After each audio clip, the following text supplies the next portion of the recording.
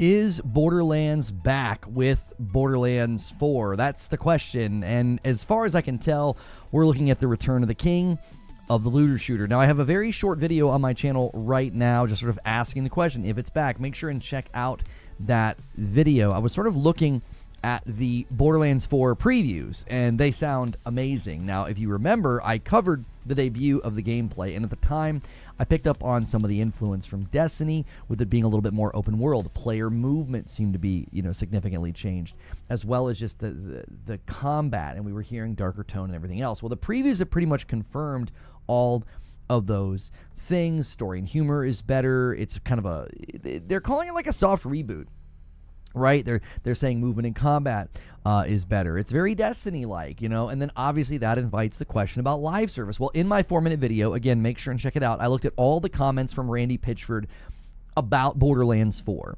and how it sounds like they're going to be going with a more traditional approach, but I do wonder if this could be a new course for ongoing games, to not do all the tropes of a live service game, but still provide content for many, many years, and not get, in the habit of doing the battle passes and the FOMO and you feel like you have to live in the game. I don't think Borderlands 4 would work as a game that you sort of live in. It's one of those games where I could see you coming back for something fun, coming back for some kind of a cool event. They would do those like free Christmas things, Thanksgiving things, and things of that nature. And I think that's a great way, to kind of have people come back to your game. But, overall, I think this game is setting up the franchise to be in a much better spot. Pre-orders look incredibly strong. Everybody obviously got upset about Randy's comments about it being $80, and then it didn't end up being $80. But then the $130 edition is like the #1 pre-ordered item on PlayStation. And I think it's because people are hungry for a good looter shooter. I've said for a very long time, somebody out there is making the next great looter shooter. And I've always said, the teams that could do it, obviously, it would be like Bungie or Gearbox. And Gearbox has obviously frustrated fans over the years. Just this reluctancy to be the Borderlands studio. This hesitancy for that to be like what they're known for. Like when they did Battleborn instead of doing Borderlands 3. And then Borderlands 3, showed up. It felt very, very much like out of touch. Well, this one seems very much in touch. It seems sort of in touch with the identity of Borderlands. It seems very much in line with, feedback from players. It seems like they've really, really listened to what the players have said. So I am very much excited, but I do want to discuss it with you guys, discuss it in the live audience. If you're watching this later, I sort of do these brief show opens, and then we talk about it with the audience. Do you think there's a chance it could be live service? Are you diving back in? Are you still, upset? And do you not want to support the game? You can let me know in the comments below. Make sure you're hitting the like button. Like if you're watching this later, that does help me out, even if you're not here. And if you are here right now, hit the like button. Let's get those first 100 likes. And we're working on a big goal. We're always working on this on the channel. We have such a generous community that people gift members like crazy. But that is a great way of supporting me. Whether you're watching on purple or the red platform, those platforms both have ways of supporting. On the one, you'll never see an ad. On the other, you get access to all this great content. You get access to our Discord. And people are already spamming like Farty Bomb, an Xbox better. Yes, you guys can maybe summon the Farty Bomb to work on the goal. And Han shot first, and so did you, Fading Star. I do have to thank Jerry A. Jerry A did a 5-bomb during the premiere. Make sure and help out those premieres, guys. I'm going to be reading some of your comments and featuring you in this content, and that takes the member battle between Team Red and Team Purple up to 7 out of 19. Then a member plus renewal from Broken Earth. He says, Borderlands 4 looks good, and it appears the price came down a bit too. Might be getting a little excited. I have my own theory about the Borderlands 4 price. I think Randy Pitchford knew that they were leaning towards $80, and I think he engaged the topic on Twitter knowing what it would lead to. I still think he put his foot in his mouth. I didn't mind what he said. I know a lot of other people really didn't like what he said, but I don't think he said what he said intentionally like, oh, I'm going to make people mad. I don't think it was that 900 IQ of a play, but I think he knew if I engage this subject on Twitter, it's going to make headlines. People are going to talk about it. That will give me ammunition to basically say, no, we are not. You guys can't do 80. I think he knew, and he said, I can get the public riled up about this, and then the publisher will see. You better not charge 80 for this game. And I think he kind of overstepped in what he said, and made people angry. more than necessary. So thank you, Broken Earth, for the 4-month renewal. And thank you, Joker Quinn. That's a really, really nice setup. We are officially 20 members away. We are officially 20 members away from the next milestone. And I do owe Twitch a 5 because you guys got us to the 575. So thank you so much for doing that. I'm going to go ahead and do that now. And you guys can cash in your points on over there on purple. And then red team, you guys can also hit the next goal too as well. And do me a favor, mash that like button. Let's get really, really quick like count up. I'm not in the show open right now. We've only been streaming for 5 minutes, and we could really put this stream on a rocket ship when we hit that thing super, super fast. I think Randy may have taken one for the team. I'm not saying that he said what he said specifically. I think his mind state was, if I engage the subject of $80 on Twitter, it's going to make waves. It's going to tick people off. They're going to sense that it's a possibility. And I think he knew, if we get people riled up about this, I'll be able to go to the publisher and be like, you guys really need to consider, look at the blowback here. If you charge $80 for this, it's going to be a bad idea. I also think it really adds credence to what he said, that like it wasn't up to him. It's not up to him. He's not able to determine the price. The publisher determines the price. And I think he leveraged, public, not necessarily public outrage. Like, I don't think he had that in his mind. Like, well, I'm going to outrage people intentionally. I think he knew, if I talk about this, people are going to get angry. People are going to know, wait, what? You're actually even considering this? That sounds absolutely insane to me. The merch bundle's way worse. Explain to me what's going on there. I've not seen anything about that. The optics are bad, but to me, the real issue is, what does it cost with the DLC? I mean, it's like $130 for, is that like everything? I've not looked into it. Arc Striker, thanks so much for for using your Prime sub on me over here on Purple. If you guys have Primes, double check them. If you're paying for Amazon Prime, that's a free way to support every single month if you're already paying for it. It's now 20-9. Team Purple beating Team Red today. It didn't include the game. Okay, one of the reasons I think people don't understand why they do that is that's a platform agnostic collector's edition, isn't it? Isn't that what they're doing? So that anybody can buy it, and then you just get a code for your platform of choice. Diablo did the same thing. I think people got really, really upset, which I understand being upset about that. That is a big shift and a big change, but it enables more people to get it, because what ends up happening is, one platform will end up selling out all the collector's editions and nobody can get them. So platform agnostic collector's editions are actually not a bad thing. Now, you're welcome to have a different opinion on that, but that doesn't bother me at all. It's like, I can order one and I don't have to worry. I do have to worry about them running out, obviously, but I don't have to worry as much about them running out. I'm going to use my Prime. Mish, don't pronounce the name. Okay, I won't do that. Thank you, D, for doing that. Borderlands 4 will be 50% off inside of 3 months, says Hilly. I don't know about that. Why do you think the price will drop that much? Do they have a habit of doing that, Hilly? I don't think 50% off. Randy tweeted it was a bundle. He was corrected by his own team, so they changed it. They changed it, or was he just misinformed? Just because he said something incorrect doesn't mean they changed it. He might have just had bad intel, which is kind of weird. I don't know how he would get bad intel.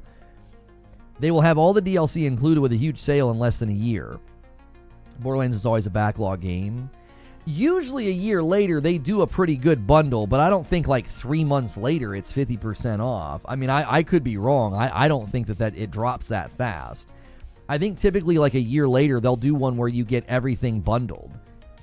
Guys on the Team Red team, make sure you're smashing the like button.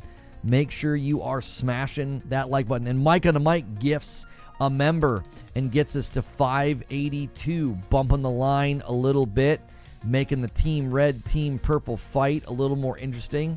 Now just a 10-point lead for Team Purple. It doesn't drop fast. Can you play solo? Yes, you can play solo. 36 months from E-Man did it. 3 whole years. Man, time flies. Here's to many more. Thank you for supporting me for 3 entire years. You guys are crushing it this week. You've already unlocked Friday night, and it's Thursday. The big goal, though, is to get to 1,000. And it's slowed down a teeny bit. You guys are going to have to maybe get some of the big boys to save your bacon. The 1,000 goal, you're going to get an unboxing and a setup of the PC tomorrow and the full album. So we got a lot to do tomorrow if we hit that goal. And we just might with this level of support. Jerry A. gifts 1 and a 20 bomb comes in from Pathalon Phoenix and gets us all the way to 43. So I now owe you guys a 5 spot over there on Team Red. So this is going to become a 12 and then a 32. There it is. Team Red takes the lead over Team Purple. I'll be in Louisville in August for some training. We got a link. Yes. Reach out, Mike. I would be happy to meet up and get dinner or something. Grab a drink. I would be happy to. When it's somebody long standing and I feel like we go somewhere where I don't have to worry about me getting thrown into a trunk or something because I'm small, and then all of a sudden Lono disappears. But no, for real, I would totally meet up. We'll get dinner or something. Saw people complaining about visuals for Borderlands 4, but I'm pretty sure they are watching the visuals through their phone on low quality. I think the visuals for Borderlands 4 look fantastic. Could we get 12 more likes? Let's get that first 100 likes super fast. Right now, I would ordinarily be coming out of my show open, and we're only been live for about 10 minutes. So thank you guys so much for being here and supporting what we do. I appreciate it. Go to a steakhouse? Yeah, maybe. I believe so, says Emissary. Game looks great. Visuals are amazing. You're worried about a trunk. Wouldn't a purse suffice? I don't know about that. I'm not that small. I already read that. Tiny Tina Wonderland's Treasure Trove also didn't include the game, so I don't see why people are getting angry when this isn't the first time. Yeah, I mean, Diablo might have been one of the first, and Haseo comes in with the 5 bomb and gets us 1-2 away. Easy steal right now. Easy steal. The next milestone is 550, and another one comes in from Haseo. Haseo's going to walk this nice and slow to 50. Team Red is just going to take it all the way there. So this is going to become a 7, then an 8, and then a 9. So this is going to become a 39. Thank you so much, Haseo. I know what he's doing. Can it get stolen? We'll see. I'm watching both. I'm watching both feeds. And there it is. Haseo secures another one. Thank you so much, sir. And there we go. I now owe 10 to Team Red, and I'm going to do that right now. Let's get some more people in here. Let's get some more notifications going out. Share the stream, like the stream, do all the things. Hit follow, hit sub. We already got 100 likes. You guys are the absolute best. You guys are crushing it today. We've only been live for 10 minutes, and we're just banging. Here we go. And a 10 bomb comes in from Broken Earth and gets us to 560. And there's the 10 that I owe, but then it's going to become 61 because Hex is going to gift a member. Thank you so much. And that's going to make this a 50 because that's 11. 50 to 20. Purple's going to have to answer back quick or they're going to get left in the dust again.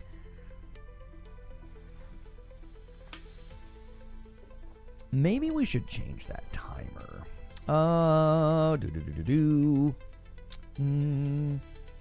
Let's do this.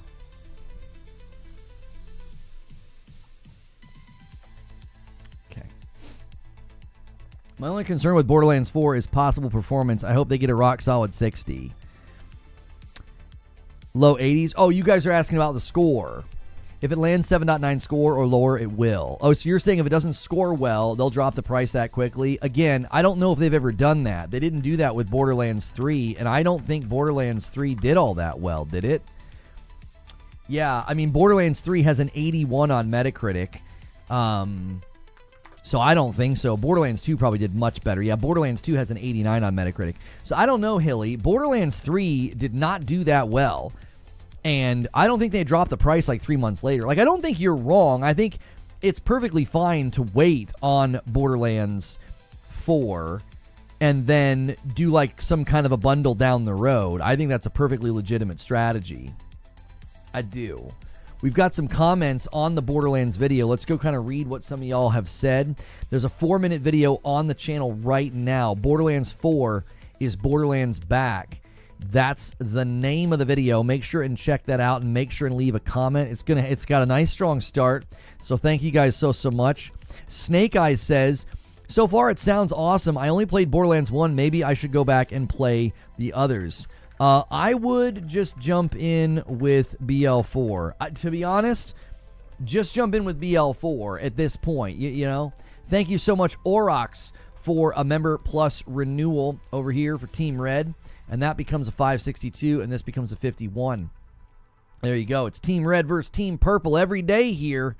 And winner takes all. I'm supposed to be ending the day in gifting to whoever wins. They're not going to drop the price until maybe a year out, but they do heavy discounts. Yeah, they usually do a really nice discount later on. JC left a comment and says, game looks pretty cool, and I'm happy for everyone that's excited. I'll be passing, not my style. I mean, I think that's totally fair. I think a lot of people are always going to have a hard time vibing with the game. Either you don't vibe with looter shooters, you might not vibe with the art style. I mean, I think the art style for some people in Borderlands, it has been a bit of a turnoff. I mean, is there anybody here that's avoided the game for that reason? Pac-Man on a Bike says, as someone who recently gave up on Destiny, I'm really looking forward to Borderlands and the loop that they've built. Add the maneuverability and make it even better. Agreed 100%. The first, that debut that they did, you know what I mean? I thought it looked so good. And a 5-bomb comes in from Oryx and gets us, Orox probably, a 567. Thank you so much. And then this takes it to 56.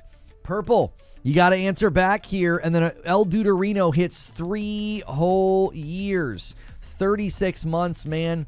And a VIP. Thank you so much. We do have tier 2 and tier 3 available on Purple as well, but I got to add emotes. That they've got those slots. We have so many emote slots now that we're partnered. Borderlands 4, is it a standalone? Is it not a continuation of the third game? Okay, so people are describing it as sort of like a soft reboot. So it is a continuation because Sanctuary comes crashing in the one scene. Okay, that's obviously a continuation of things that have transpired in Borderlands up to this point. But I don't think you're going to feel that twinge of like, oh, I better really know what I'm doing. You know, I better really know. I better really know what has happened up to now to know what I'm doing. Sorry, I said that in the wrong order. I don't think you're going to feel that twinge. Like, yeah, I missed out. I don't know what's going on. I skipped Borderlands 3. You'll be totally fine. I mean, they might even do a story so far, which is really all you would need from Borderlands 3. I don't think Borderlands 3 story is good enough to engage with. You've got such a small window of time anyway. There's so many games coming out. You know, there's so many other games right now that I think are worth your time. Zinthos says, I never played a Borderlands before. Destiny was my first looter shooter, so I'm excited to jump into when it releases. I think they nailed it. I do. I think they absolutely nailed it. I think folks, especially coming from Destiny, I imagine you're going to appreciate those Destiny, you know, those Destiny influences. I think they're noticeable. I think they're very easy to see. It's very, very easy to see.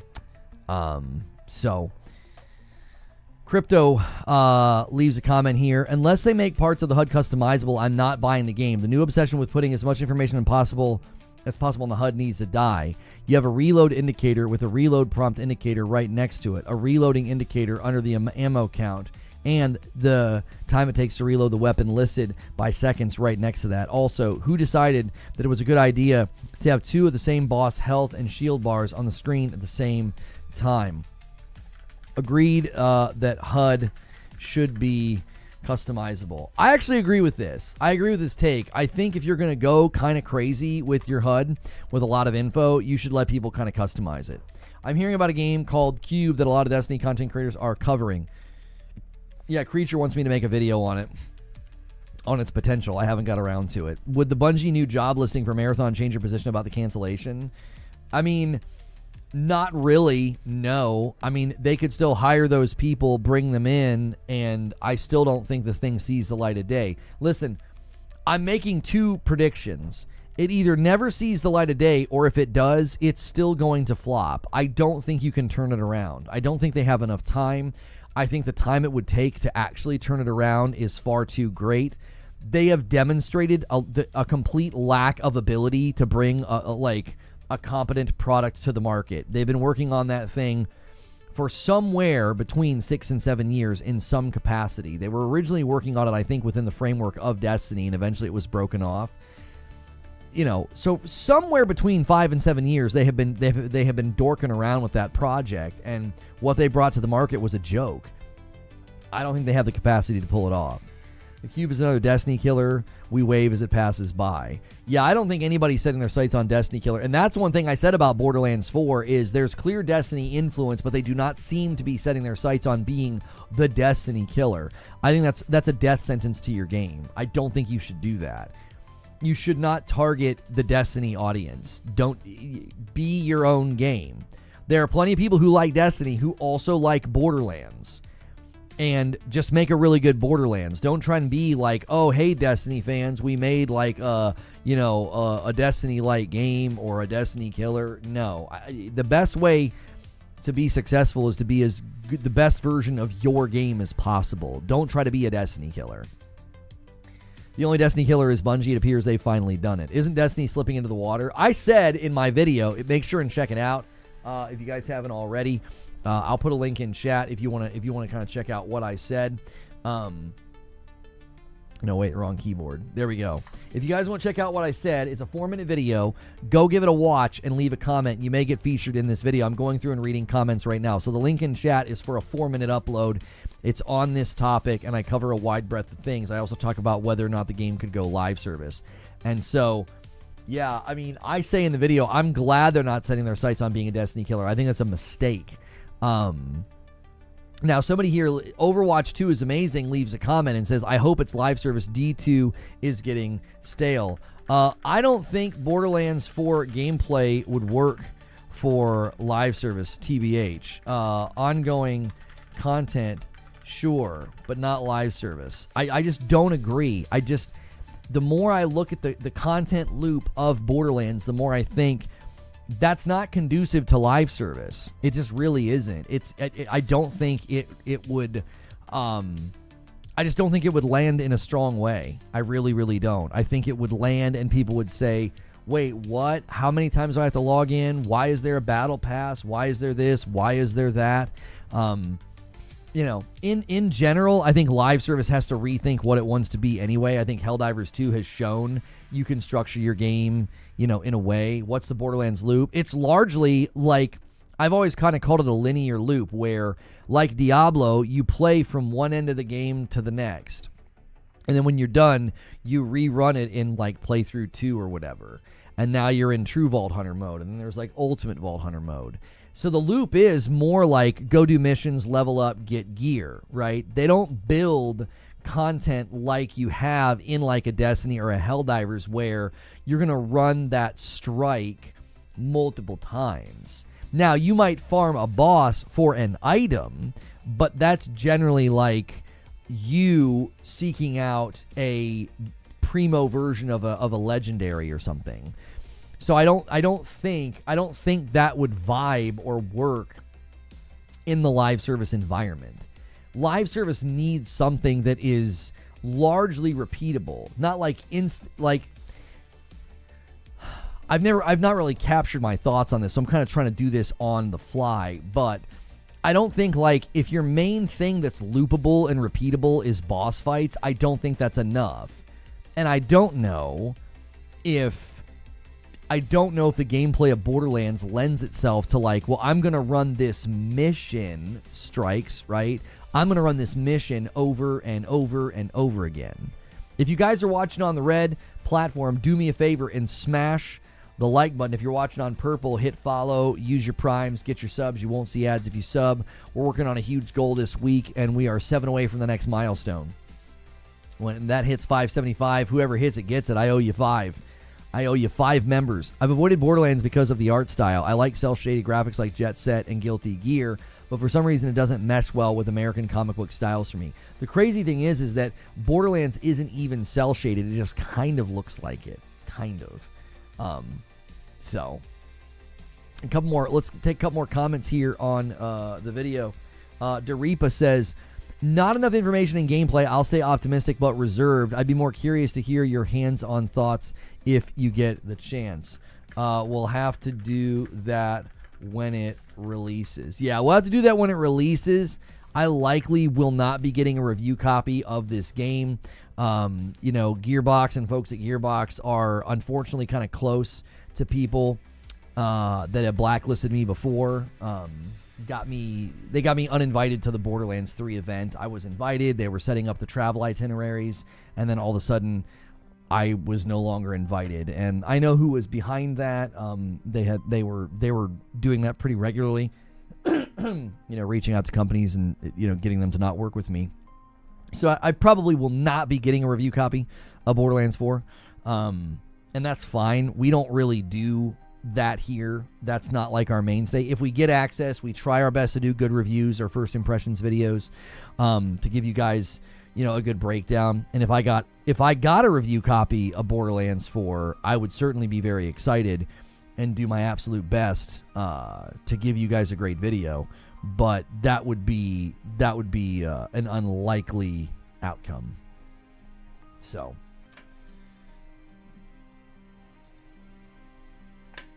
yeah, I saw Capcom's doing an event. Yeah, on the 26th. It needs that one special thing: Splitgate for its Portal. You got Marvel rivals for destructive environments. A few examples: Borderlands 4 is the best single co-op game. I've been watching you since D1 Taken King, and you're great. Well, I appreciate that. Some people are, just they can't operate in these environments without trying to, push others down. That's just how a lot of people operate. That's, they operate from a lot of insecurity, and I've always thought when everybody's eating, that's better for everybody. That's always been my attitude. Rising tide lifts all boats, so I've never felt like I'm in competition with anybody. I've always felt like I'm in competition with myself. I try to make the show and the content better every day, whether it's an upload like we have running right now, or a live stream, or interaction, or whatever. The backroom approach to this space has always been, to me, I think, just driven by really insecure people. Will be good to get some more info on Resident Evil 9, Pragmata, Onimusha. I think they recently said Onimusha. I think there was an interview I saw where they said it's not going to be like an open world Souls game. So I think maybe people were concerned about that. So, guys, take a quick second and make sure you're going through the ritual of hitting the like button. Some days I don't have to say it at all, and then other days I feel like it gets stuck, and I don't know if that's because YouTube's acting up. We did have some oddities this morning during morning coffee. If you are not a member, you do not get access to morning coffee or the green room, so consider clicking the join button, become a member. If you do that, make sure and pick the $6 member plus. On purple, you just need to use your Prime or the $5 one. If they follow the trend of the previous Resi games, there'll be a demo announcement or something. Maybe the same demo behind the scenes. Anybody excited for Blood of the Dawnwalker by Witcher 3 devs? Looks like it's got potential. It looks good. The in-engine footage that we recently saw, I don't know. It looked fine. It looked a little rough at times. And it was very quick and very flashy. And it's like, well, this could all be like early... Could all be early builds or something. There could be something weird going on, and maybe that's why, it is the way that it is. So, I'm currently playing Witcher 3 for the first time, and I'm loving it so far. So I'm interested in that.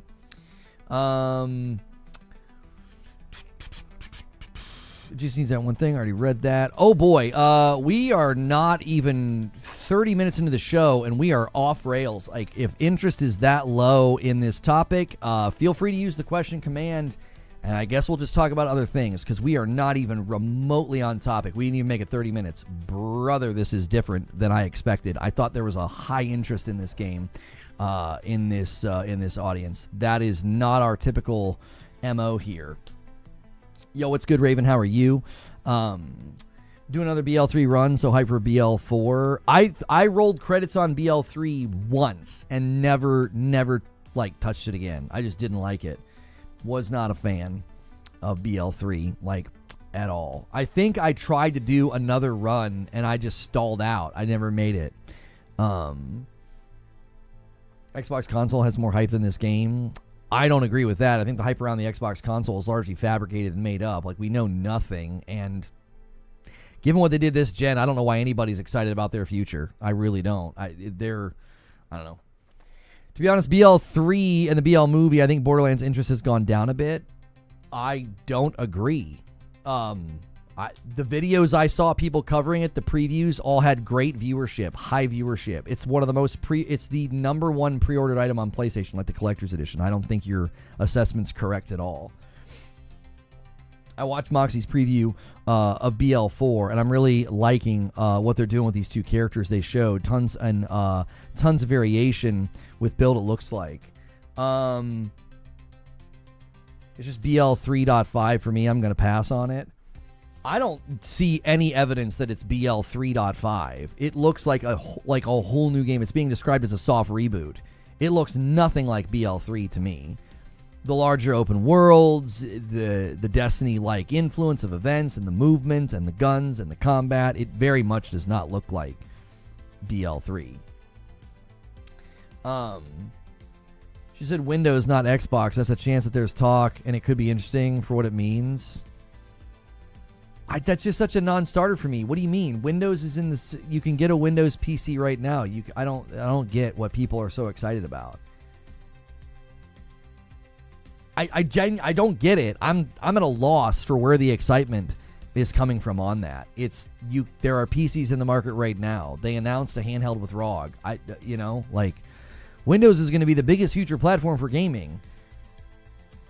Okay, what? Why would you get excited about that? I don't get it at all. Looks hugely different, says Norin. The random world events that turn into full-blown quests looks very intriguing. To me, it just looks like Borderlands. I'll play it at some point. It's 60 to 80 hours playtime, set on Google. Can you explain a little what live service is? So live service games are basically games that have earned sort of a bad reputation. And even though tons of people play them, a live service game right now, at its most base definition, is a game that is designed around ongoing engagement. Now, you can have ongoing content, but that doesn't mean that your game is designed around ongoing engagement. So ongoing engagement comes in many forms. Whether you do something like what Fortnite does, where there's always something happening, new metas, new map changes, new weapons, there's the battle pass, and then the skins that come in and they have this theme, and there's just always something happening. So you sort of live in the game. You're always booting that game up. People do this with Fortnite. They do this with Warzone. They do this with Destiny. It's an ongoing game. The content is structured and built in a way to foster ongoing engagement. Now, Borderlands 4, as far as I can tell, is going to do ongoing content, but it is not built around ongoing engagement. The difference in category there, I think, is very, very important, because you can do ongoing content. They can keep adding DLC to Borderlands 4 for 2 years, but it doesn't make it a live service game. I think this distinction is very important, and I was thinking about this morning, what's the difference? And that to me is the difference. You can add content to your game for 2 years, but it's not designed around ongoing engagement. You come, you play the DLC, you get all the stuff, you finish, you put it down, right? That's not designed around ongoing engagement. It's just ongoing content.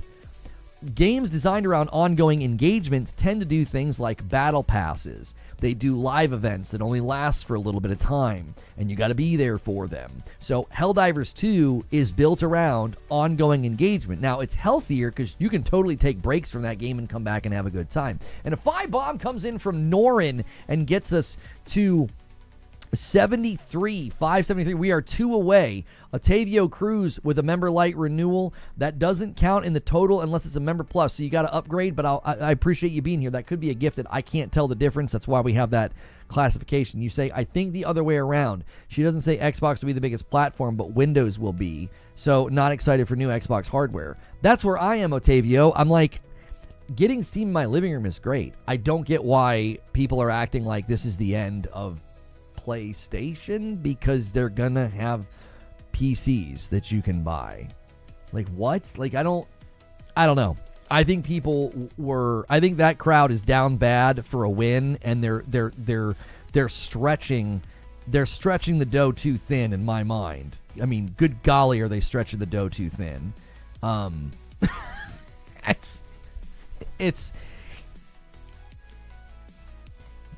We're going to do a show and a video about it. I see no reason to be excited right now. I don't trust that company at all, and there's no reason to trust them, and there's no reason to be excited about Windows being their new platform for gaming. I don't know why everybody's excited about that. It doesn't make sense to me. Ongoing engagement in Borderlands is going through the campaign, maxing out a character, doing endgame content, and loot grinding. Borderlands 4 will also have vault cards like BL3. It's a high IQ play going for leverage. In what capacity will they have leverage? They already have Windows, and Steam has the largest user base. Well, I don't know what leverage you're talking about. Like, what kind of leverage? I don't know. I don't think ongoing engagement with Borderlands would work.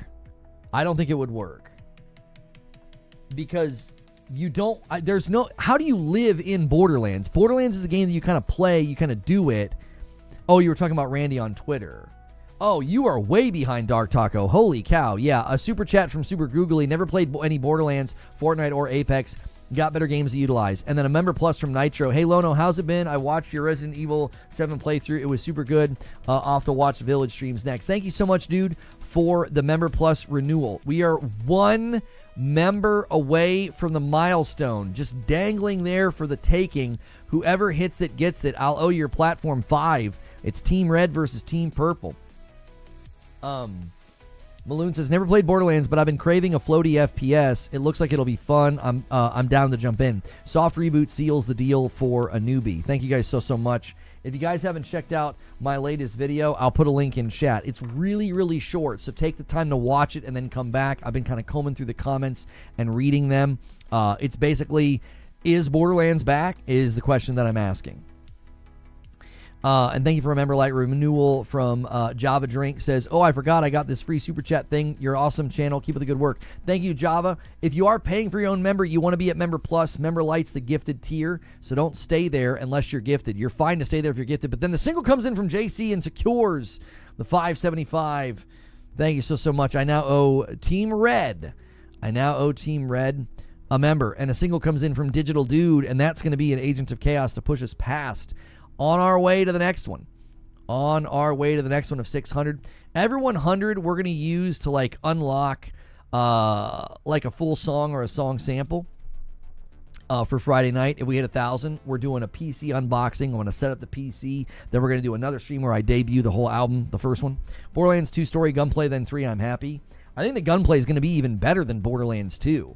From what I can tell, Borderlands 4 gameplay looks like they've significantly updated the movement as well as the gunplay.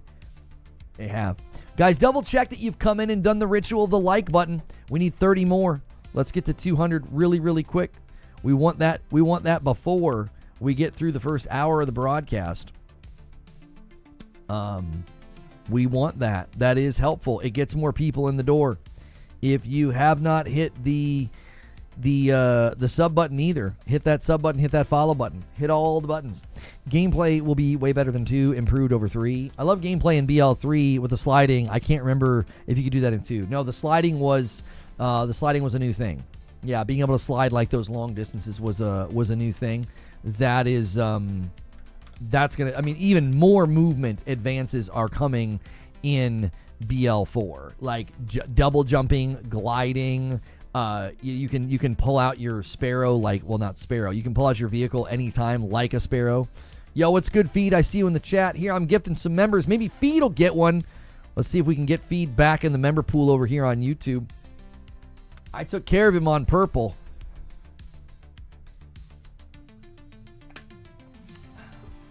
Breaking. SDUs in Borderlands 4 are now earned by finding hidden vault symbols, bobbleheads, and other secrets. Much like before, it is character-bound progression. Dashing? Yeah, you got lateral dashes in BL4, do you not? I feel like we noticed that in the one video. That was something that always frustrated me about Borderlands. You had no lateral agility. Like, you just kind of have to sit there and face tank. That was something that I always felt like Destiny should give you more of that. Like, everybody should have a base level sideways dodge, a lateral dodge. Like when you kind of like whoop, you like slide to the left, slide to the right. one hop this time. No, like you're gonna like vroom, like get out of the way. I really miss that when I played Dune: The Dark Ages, and in games like this, I feel like giving you that lateral shift is super important, because if not, you just sort of end up standing there, and it becomes very face tanky. You're just like standing there basically getting shot in the face, and you're trying to do more damage than the other person. Tune? What about the tune? And Predator comes in with the 5 bomb and gets us to, what is that? That's going to be 70 for Team Red, but that puts us at 81. We are officially a 20 bomb away from securing. I'll do, you guys got a sample of one of my songs today. We did it earlier because Purple can now cash in their points and make me play a sample. I'll let you hear Gloves Off tomorrow night. That'll be the first one. It's a brand new one. It's one of my favorites right now. It's one of my longest songs. We need 23 more likes. Come on, Team Red. Hit that thumbs up. How many people do you see watching? Mine keeps changing from 40 to 118. I don't know why that happens. I've been watching a lot of different streams on Purple, and it does that. I don't get what that is. Yo, thank you so much, Chris. Wait, never mind. Never mind. I can't thank you now because I accidentally read the wrong name, so I can't thank you. I'll just say somebody ordered some coffee. There's plenty of people here named Chris. You know who you are. I didn't mean to do that. There's a Chris talking in Purple, and then that was also on the order, and I just flubbed and read the wrong name. My bad. I didn't read your full name, so my bad. Thank you for the order of coffee. If you order coffee from Reforge, he'll dox you. No, it was just a first name. You have no idea who it was, so they're protected. I'm not going to tell you who it was. Whoops. The ability to dodge in any direction in Concord was one of the things I enjoyed about the movement.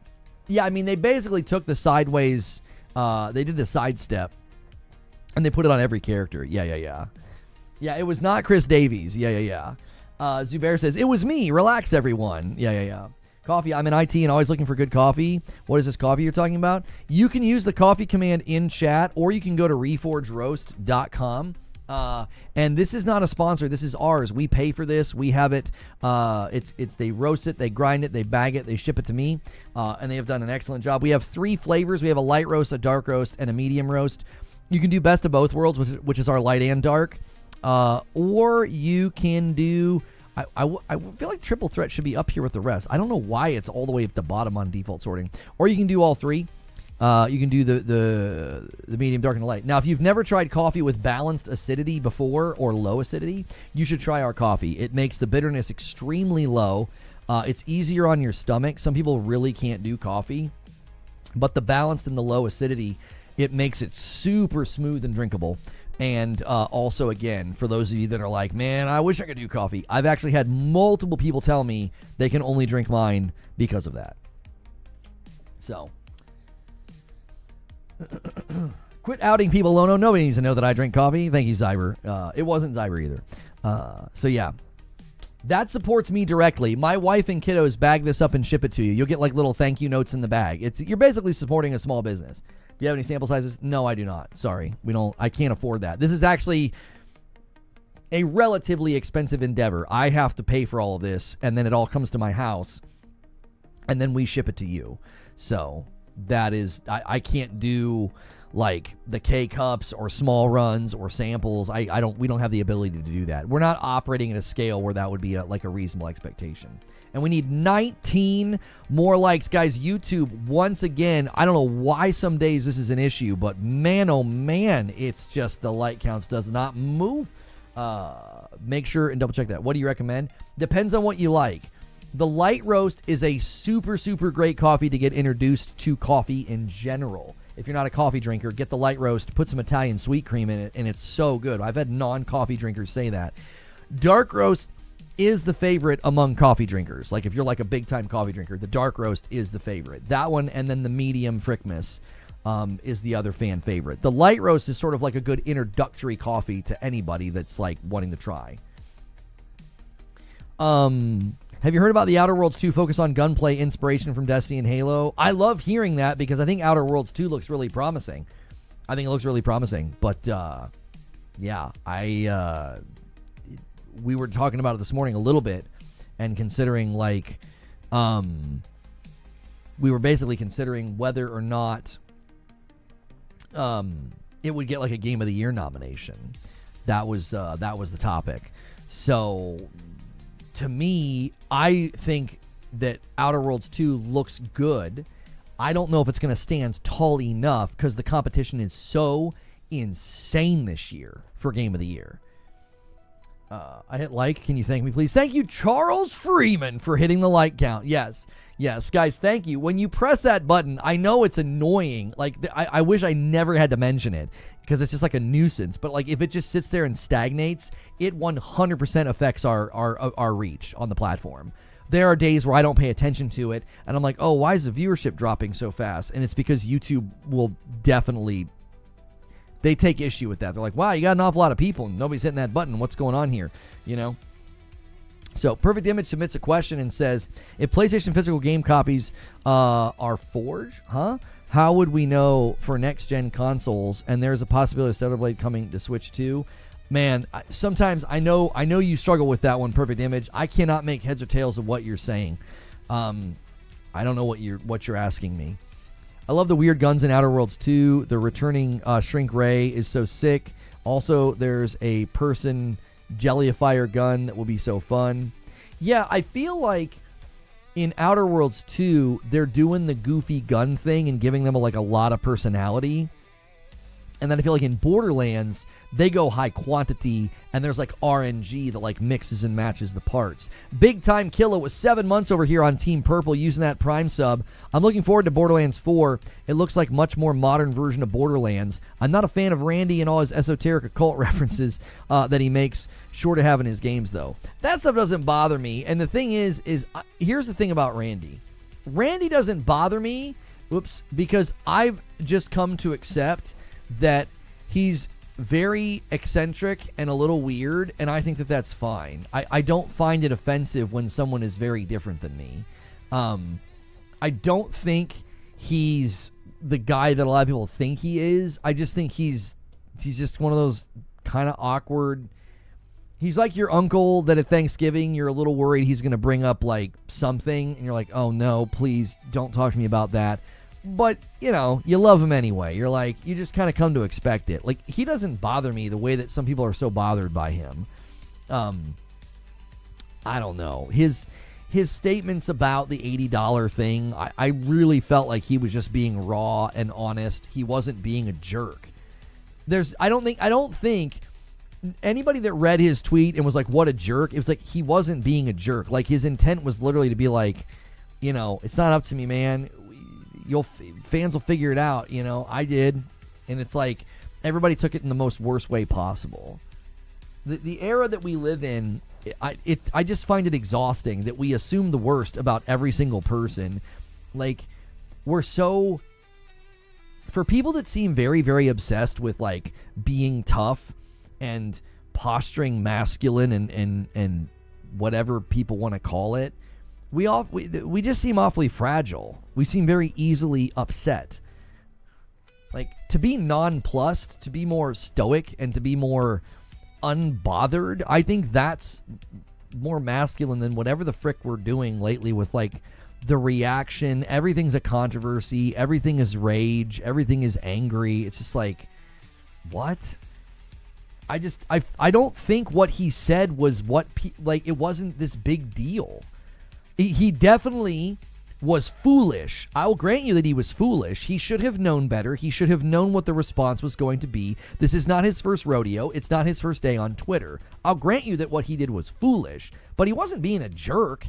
He wasn't like, well, screw you guys. If that's a deal breaker, the real fans will buy it. No, he was empathizing. He was literally empathizing. He's like, listen, it's not up to me. And I said it this morning, right? I said it this morning. I said, I think he engaged the topic on Twitter knowing the result would be negative. He didn't have to answer that question. I don't think he put his foot in his mouth on purpose, like, haha, I'm going to take it on the chin here. I'm going to make myself look dumb, and it's going to cause controversy, and it'll put pressure on the publisher to make it 70. I think he knew they were considering 80, and he started engaging in the topic on Twitter, knowing it was a powder keg. He knew it was a powder keg. He knew it would make headlines that Randy Pitchford, hints at the fact that Borderlands 4 might be $80. Let's say he was super charitable about it, and he gave the garden variety PR answer. Hey man, it's not up to me. We just hope that Borderlands 4 is so good that you feel like you're on the better end of the deal, because that's what he said in the Q&A session in the one stream. If he would have put that on Twitter, it still would have made headlines.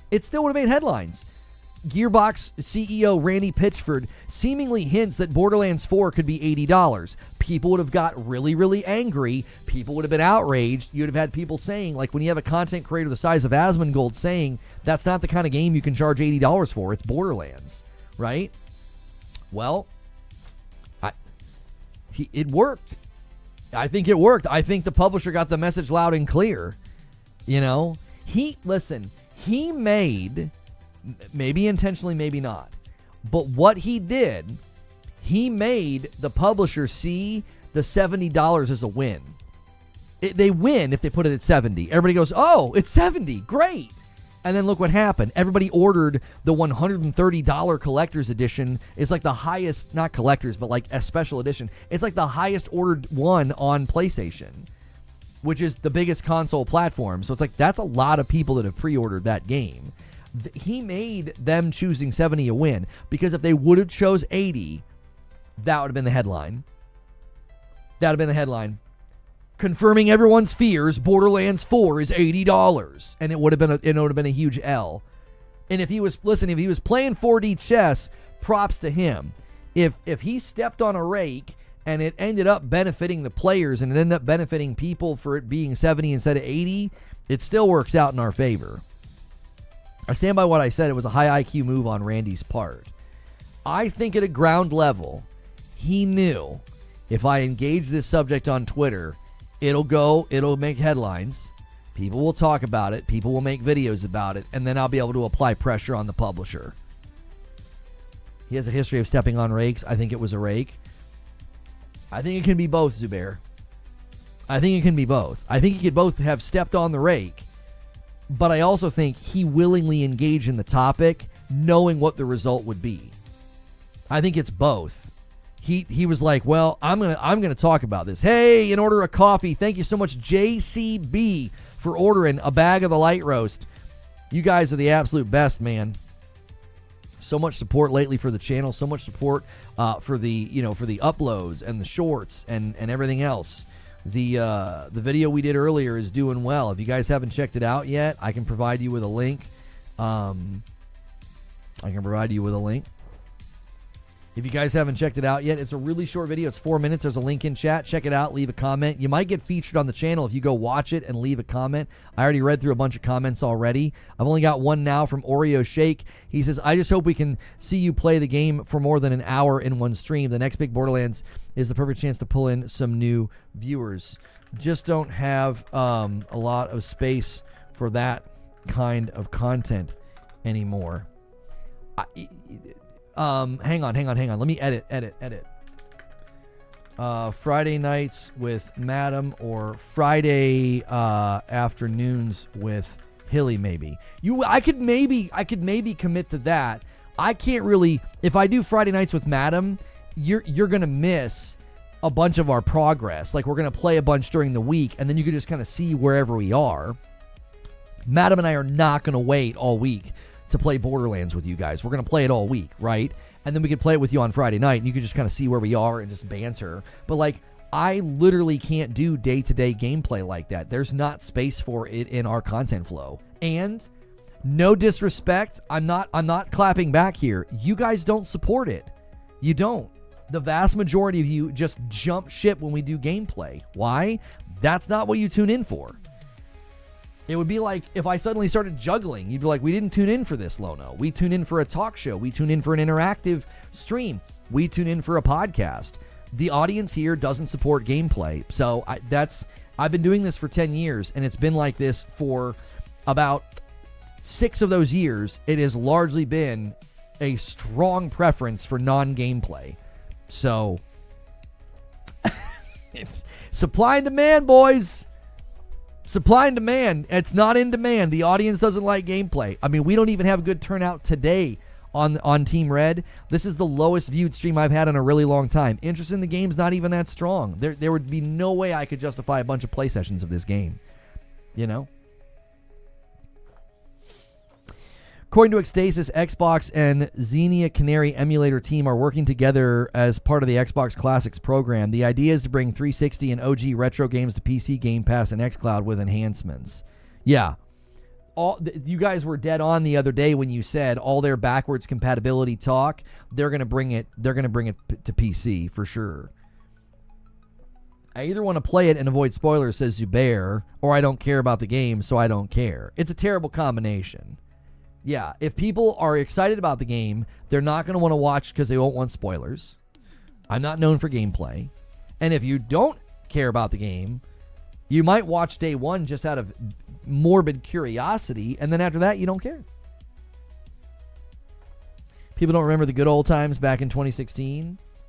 Even if we're honest, even when I was at the height of my career doing Destiny streams, playing other games, everybody would leave. I would have 1,000 people watching. I would end streams in like another game with like 300 people. Like people just mass exodus the minute I wasn't playing Destiny. It's just the way that it is.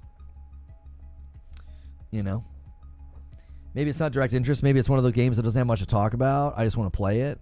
I mean, maybe. Awful lot of preview videos out there with really great viewership. You want to see what I also think is an indication of the audience is not interested in this game? Ran a little poll last night and made me a little nervous about today's show because we went single topic. And this is what y'all said. Are you getting Borderlands 4? No. 70-30 split. I think the audience is a little tepid towards it, and I don't know why. I have a long-standing history with Borderlands, looter shooters, and Destiny, and for whatever reason, y'all are just very lukewarm to this title. Today's turnout tells me we'll play it, we'll do stuff with Madam, and that'll be it. You know, I don't force the issue. I don't force topics. I don't force coverage if the audience says no to it. That's just how we've always been. There's way too many topics. There's way too many things to talk about to do that. It would be foolish. It would be very self-indulgent because I love Borderlands. It would be very self-indulgent and also very destructive, you know? Dark Taco with 32 months in a VIP says, not sure if this is already asked, but what new Vault Hunter has piqued your interest? I am intentionally avoiding the content about them. I don't want to know that. I don't want to know much more than I already do. I saw a guy with a bunch of tech and dual wielding, and from a distance I'm like, yeah, I'm interested in him. So $80 USD. It's not $80. It's a $70 game. Yeah, it's not 80. Art style's kind of meh. I've always loved the art style. So, don't forget today's Juneteenth. A lot of people have the day off. I didn't consider that affecting turnout. That is possible. Holidays tend to hurt us because a lot of my work and lurk crowd are sitting with their feet propped right now, by the side of the pool, or they're grilling out. So that is very possible that we're being affected by the holiday. It is. Although when I look at that poll, we got a lot of votes. 2,000 votes overnight's pretty good. And people are like, I'm not getting the game. That means that if I do a live stream about the game and I'm like, ooh, the king has returned, the game is back, y'all are going to say, yeah, no thanks, because you're not interested in it. And that's totally fine. If people are not interested in games, that is actually quite normal for people to basically look at the gamut of games coming out and say, yeah, I'm not into that one. That's totally normal. And thank you so much for a single gifter from Joker Quinn. Technically, I have the day off. I'm working slowly. Let me get this one here to 584. Team Red, again, way out in the lead, but YouTube could make a splash. You guys are within reach. I'm sorry, Team Purple could make a splash. Earlier in the stream, I mentioned Take-Two. I think a lot of people are wary about their new policy and the invasion of privacy. I've heard a lot of talk in my groups about this being the reason for passing on it. What's interesting is I'm not seeing a lot of people say that in the comments, JCB. Another order of coffee comes in from Pathalon Phoenix, the man himself. He goes with a He ordered a Team Frick t-shirt, a beanie, and a mug. That's all merch. This man didn't even order any coffee, but he wants the merch. Thank you so much. Hang on one second.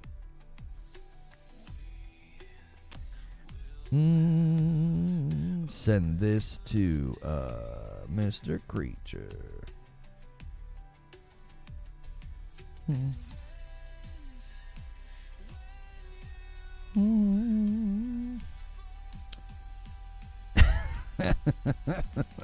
Oops, something's not configured right.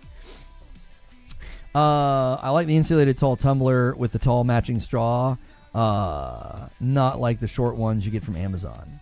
Yeah, I've got one of those around here somewhere. I forget where I put it. I've got one with the logo on it.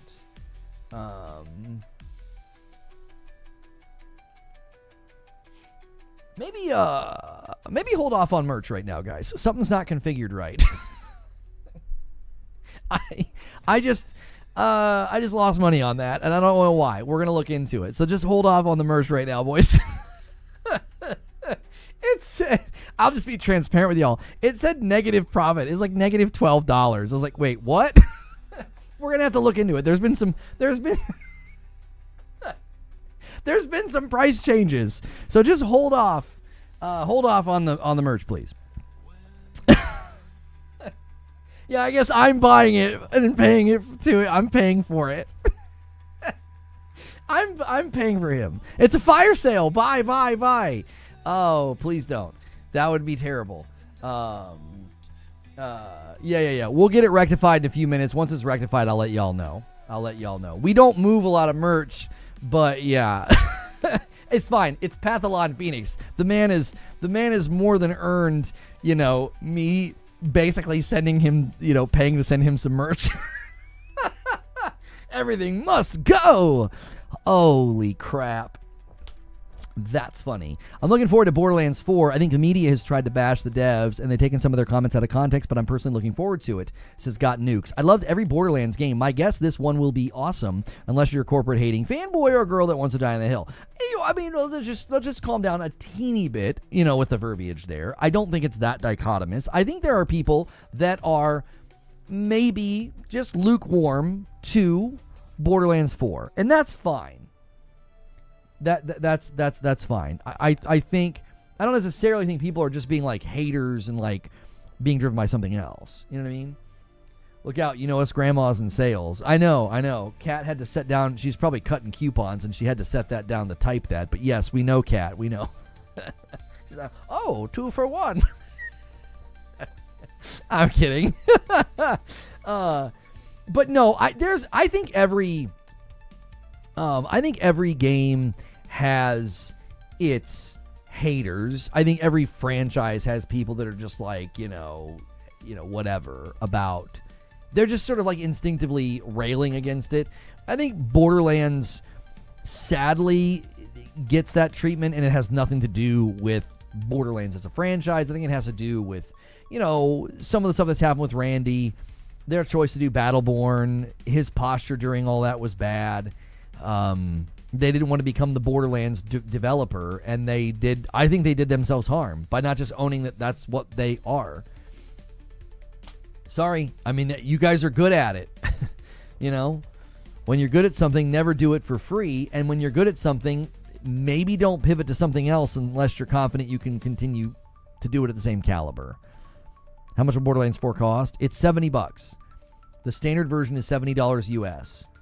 So the whole hullabaloo over the $80 was, I mean, again, we're considering that he engaged that topic intentionally, knowing that it would get attention and get reported on, and because of that, it would put pressure on the publisher to not do that, right? To not charge that much.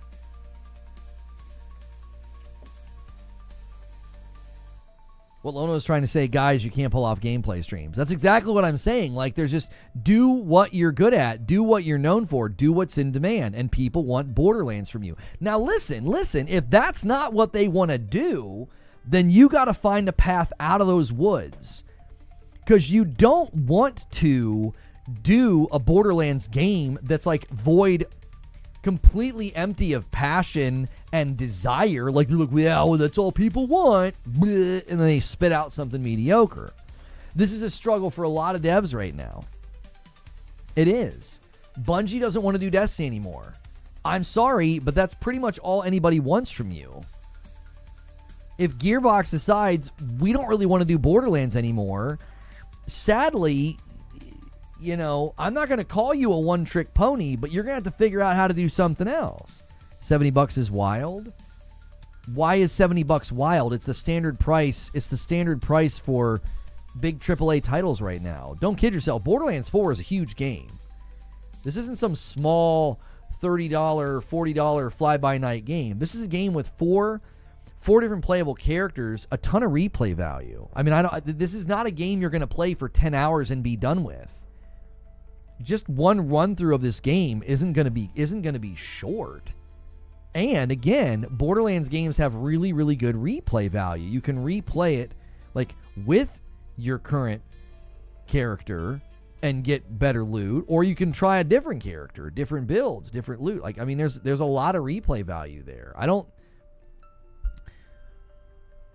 Given that 70 is the standard price point now for games like that, I don't think they should be putting themselves below that. I don't see any justification for that.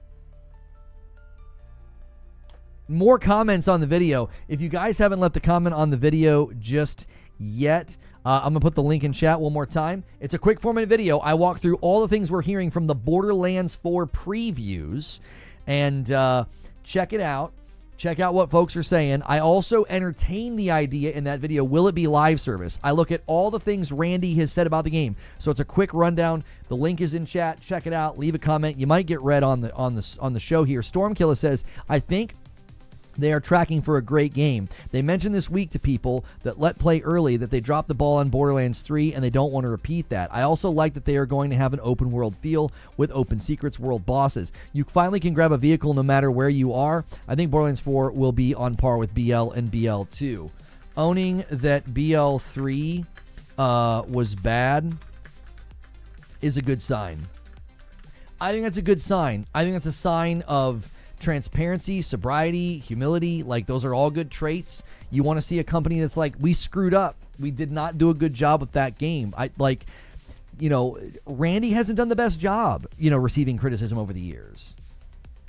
That's fair. I appreciate the honest reply. Thank you, Oreo Shake.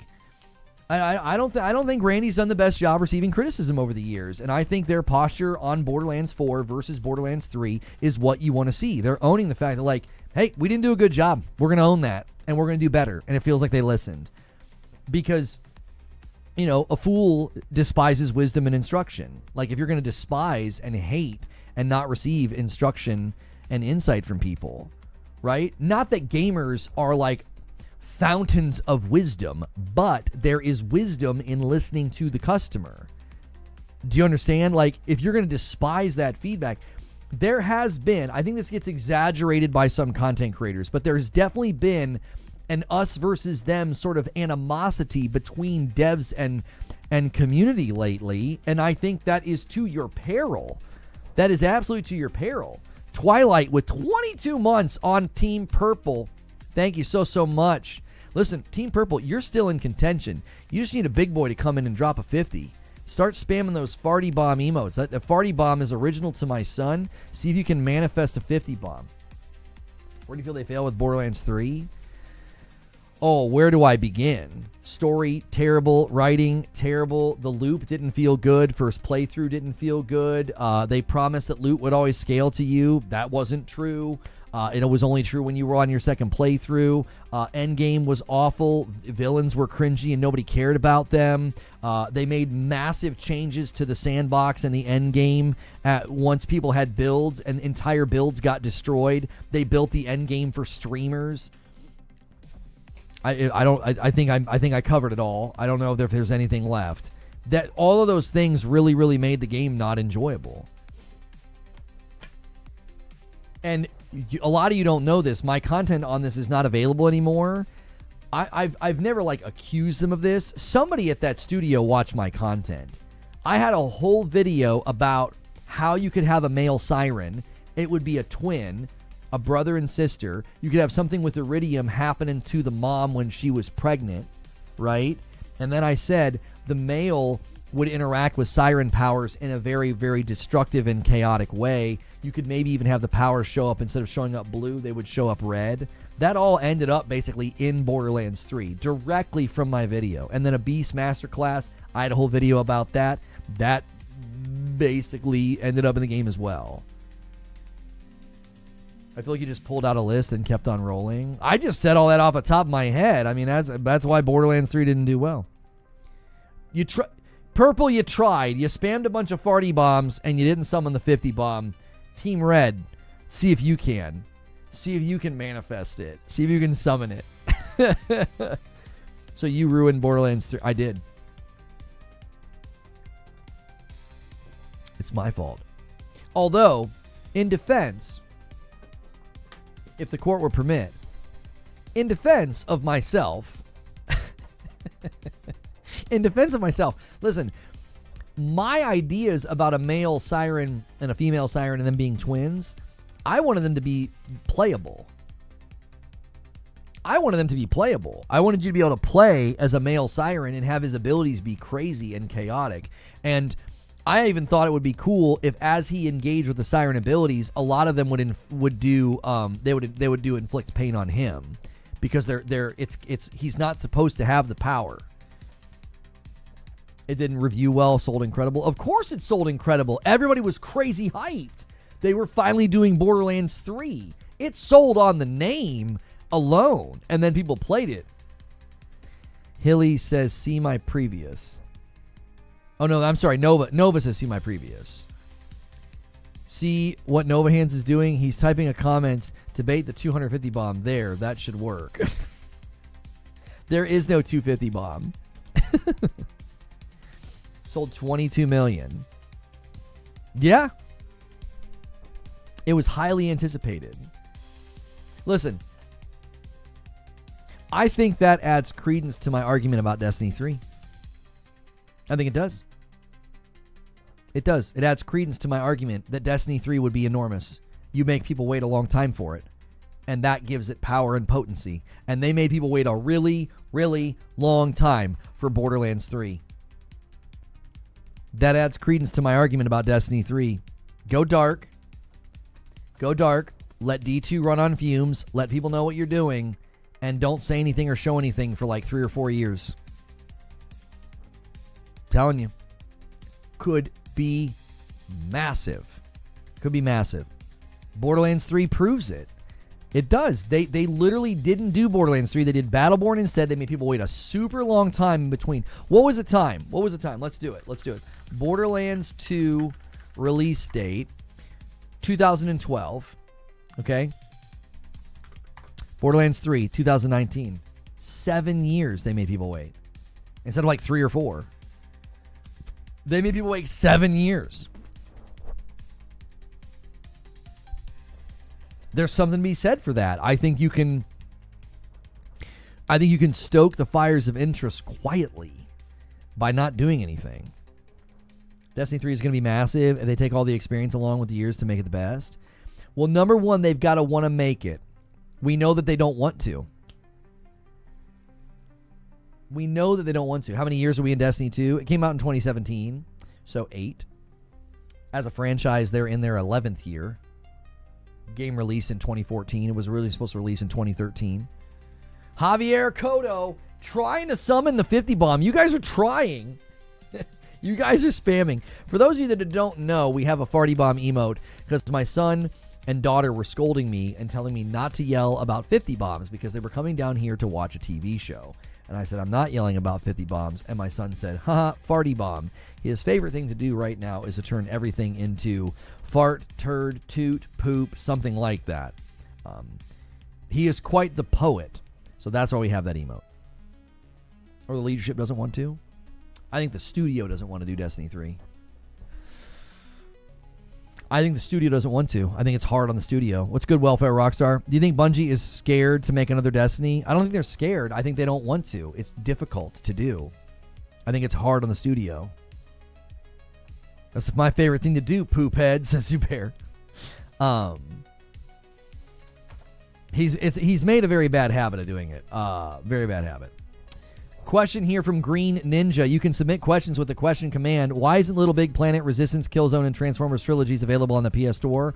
War for Cybertron, Fall for Cybertron, Rise of the Dark Spark? I don't know. There's a handful of games that aren't available. Some of them are, if they're PS3 era games, I think there's a conflict with something. I don't know enough to comment on that. Perfect Image says, hopefully you can understand. How can we determine PlayStation physical game copy sales to determine next-gen physical games if they'll still exist? I think PlayStation is too popular in regions of the world where physical is still does very well. So, yeah. And thank you, Black Dawn, with a Prime renewal, 3 months. Happy Juneteenth. Happy Juneteenth, everybody. If you're celebrating, right? If you're having a cookout, I want to cash in an invite tonight, so let me know. I will, as it says, or as you say, I will slide through and get a plate. But happy Juneteenth. Thank you, Black Dawn. I actually hope I get to grill out tonight with my new grill. I really hope I do. It's so nice. My family surprised me with one for Father's Day. So, in any case, thank you. Let me add you to the total here. I appreciate that, Black Dawn. And there we go. And there we go. Boom. Let's slide through.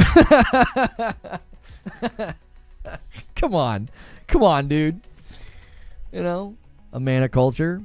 I'm a shade above Wonder Bread, so I gotta be careful with how I say certain things. I had to let y'all know. Like, I don't talk like that, okay? So I'm gonna let y'all know I'm being an idiot here. It's hard to convince people to dedicate 10 years of their life to and career to one game. I think that's well stated, Corey. Just developing the game alone, they've got to dedicate, 5 years? 4 or 5 years minimum.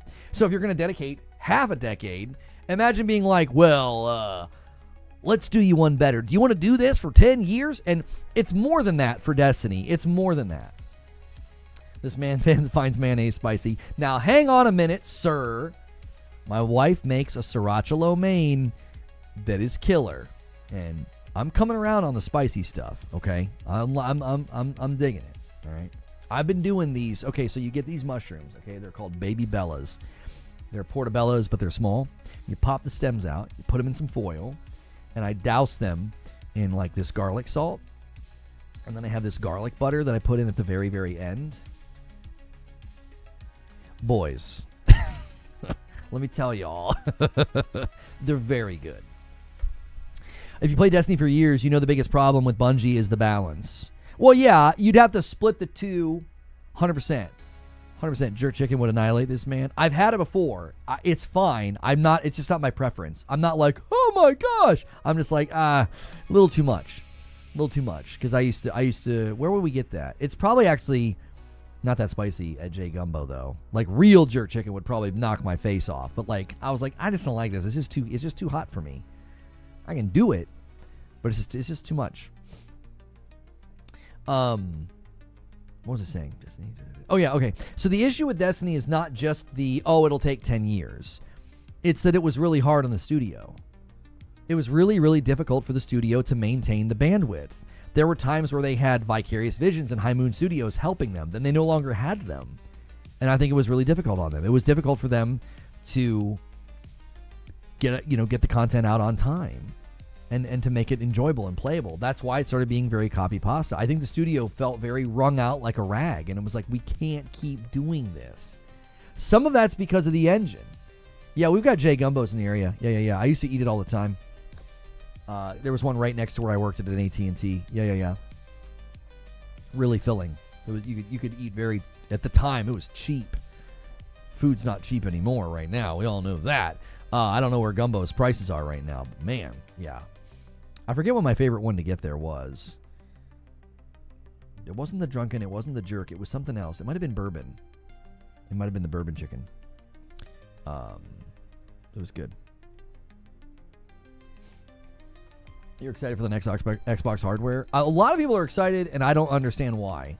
I mean, you could tell me why, because I don't get it. Having a box to play Steam in my living room, I'm like, yeah, that's nice. I would like that. But that's not something I'm coming out of my skin for. I'm like, oh my gosh, Steam in my living room? Like, I could do that right now if I really wanted to. I don't like it. It's inconvenient, but I can do it. Oh, the one near you closed? Because before the Sickie. Oh, the Sickie killed a lot of businesses. We had a pizza place downtown that was the best, and it closed. Impel's Aries was the absolute best. Probably just get the Legion Go.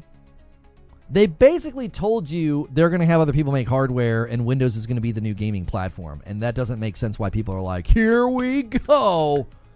This is what we've been waiting for. What?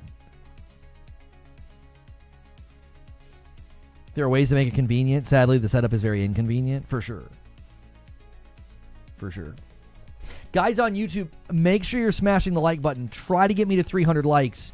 Let's roll it up. Let's try and put this stream on our back. We had very low interest today. It could be because of the holiday. It could be because I did a poll, and a lot of you seemingly are not interested in Borderlands 4, and that is fine. I don't take offense at that. I'm always interested in what people think about a game or what people want from a game. So thank you so much. Even the upload from this morning is just starting to, it's already on a not great. And I'm telling you, that's surprising to me. It is. I've got a long history with Borderlands. I've got a long history with Destiny. I'm shocked that most of you are kind of saying no to it as a game, because I think it looks great. Maybe Borderlands 3 burns too many of you. Maybe that's what happened. I don't know. They can't exist if they admit this is a surrender. I'm getting the ALIX for my Game Pass games. I don't want to purchase and take them with me. I have a Legion Go and a Steam Deck, but we'll sell them. It's not going to be compelling until they drop the exclusive that makes you sit up. I'm feeling that regarding the Pro. I'm not compelled yet. I think I may pass on the PlayStation 6. The PS5 is doing everything for me. If it doesn't have a disc drive, I think I'll be fine. I think that it'll have a disc drive. I don't think we go all digital with PlayStation until probably like PS7, because I think there's just there's regions of the world. There's too many people that still want physical. It's like down the middle. Like, that's a lot of people that you suddenly are going to turn your back on. That would be destructive. I'm looking forward to Borderlands 4. This is going to be your first time playing it. I think it's a good time to jump in. BL3 put a bad taste in my mouth, but the showcase of BL4 was impressive. I didn't play Borderlands 3, but since having left D2, I'm kind of excited for Borderlands 4. Yeah, I mean, if you're here, you're probably interested. It's all the people that aren't here. It's like, you know what I'm saying? We have a significantly lower turnout today than typical. Not on purple. We're fine on purple. Purple's pretty atypical. Not atypical, pretty typical. YouTube, no, we're missing up almost 200 people today. That's a dip. And again, could be the holiday. But when I look at a 2,000 voted poll that's a 70-30, 70% of the people who took that poll said they are not buying Borderlands 4. They see this stream and they're probably like, yeah, I don't care. I'm not buying it. Why would I watch a stream about that? Like, it makes perfectly good sense. Power Wash Simulator 2 got a trailer. Okay. If you guys do want to help out the latest video that's needing a little bit of a bump right now, if you just tuned in and you haven't watched it yet, give the link in chat a smack or a Rooney. Give it a little smack. That's what Microsoft did 40 years ago with MSX, and that worked out well. I'm just here because I support you every day. I appreciate that, Brett. I know a lot of you do that. You watch no matter what, and that is huge. But there are people who will not watch a show if they're not interested in the topic, and that's completely fine. That I mean, I would probably do the same thing. But yeah, Lo doesn't typically take things too personal. Of course, he has his moments, but I've been here a while and have poked the bear enough for him to know that I'm not attempting to bait him. What did Green Ninja say? I feel for you. I only have a slim. Sometimes these YouTube guys take things way too seriously. Oh, what are you guys talking about? We go at it all the time. I have an opinion on my own. Sometimes we'll agree. Sometimes we don't.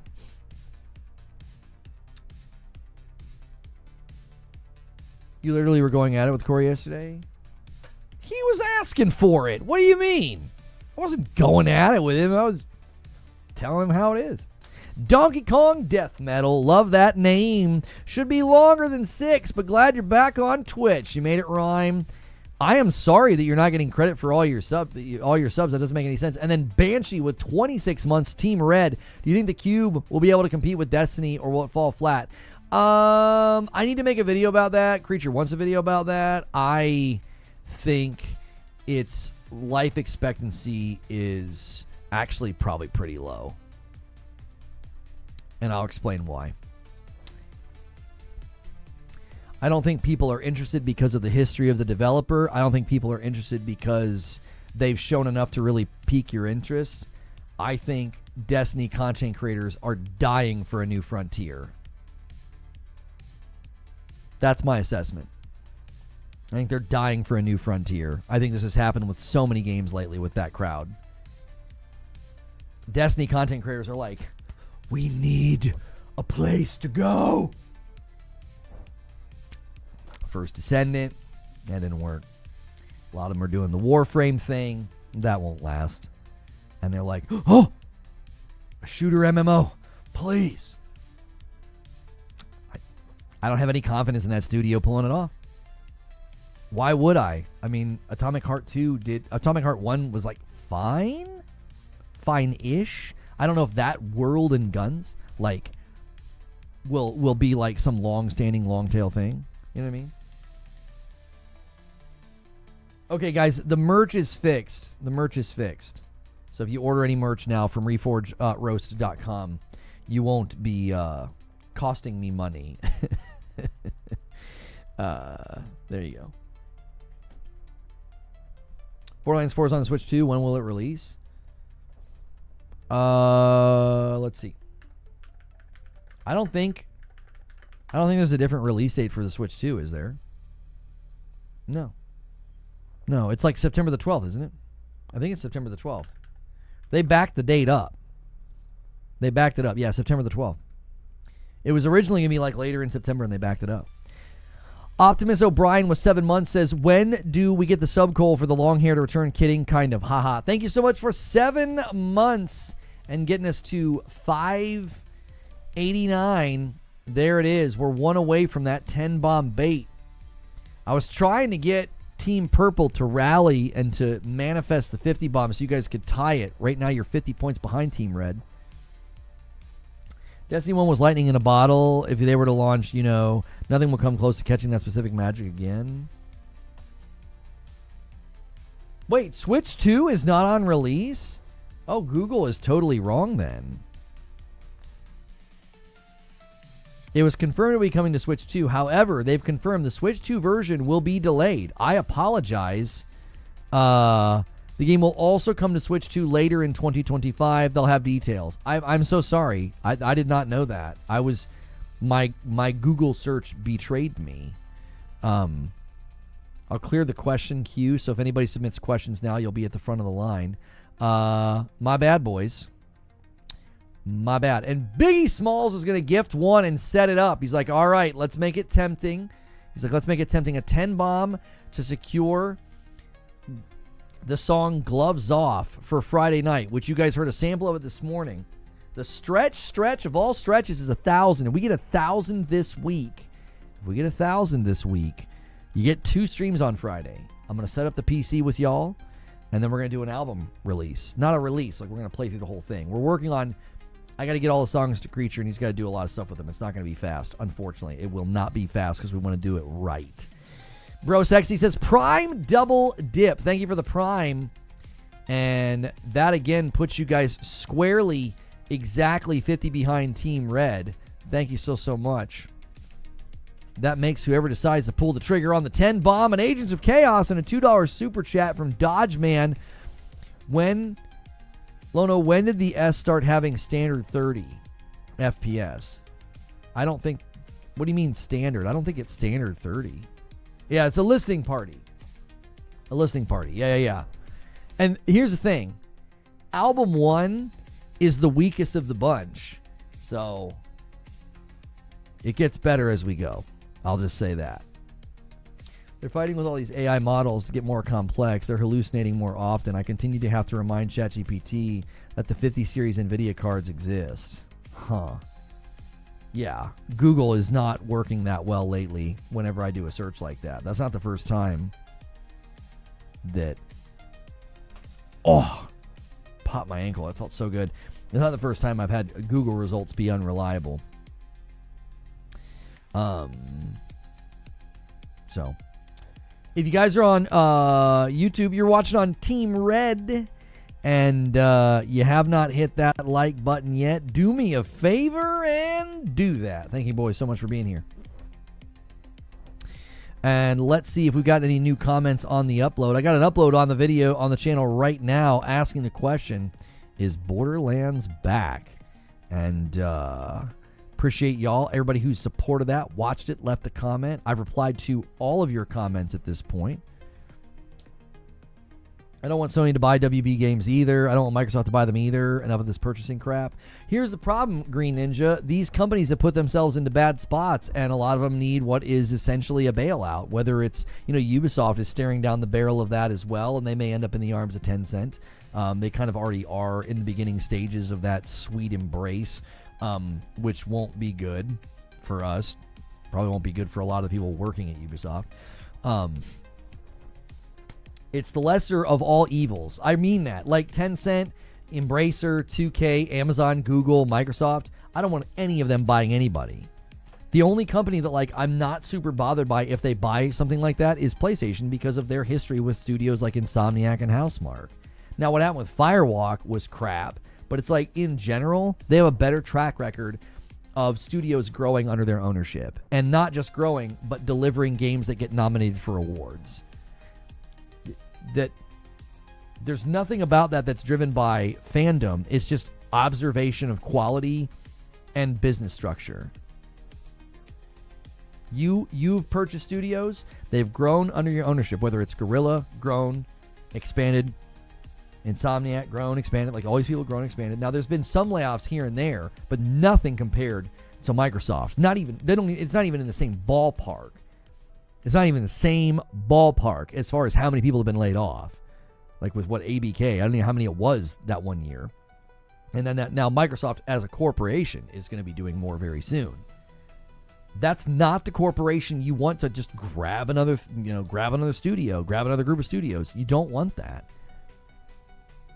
And Microsoft doesn't I don't think Microsoft treats the devs well. I think the devs have to operate under very stupid restrictions, with the contract policies being the main one.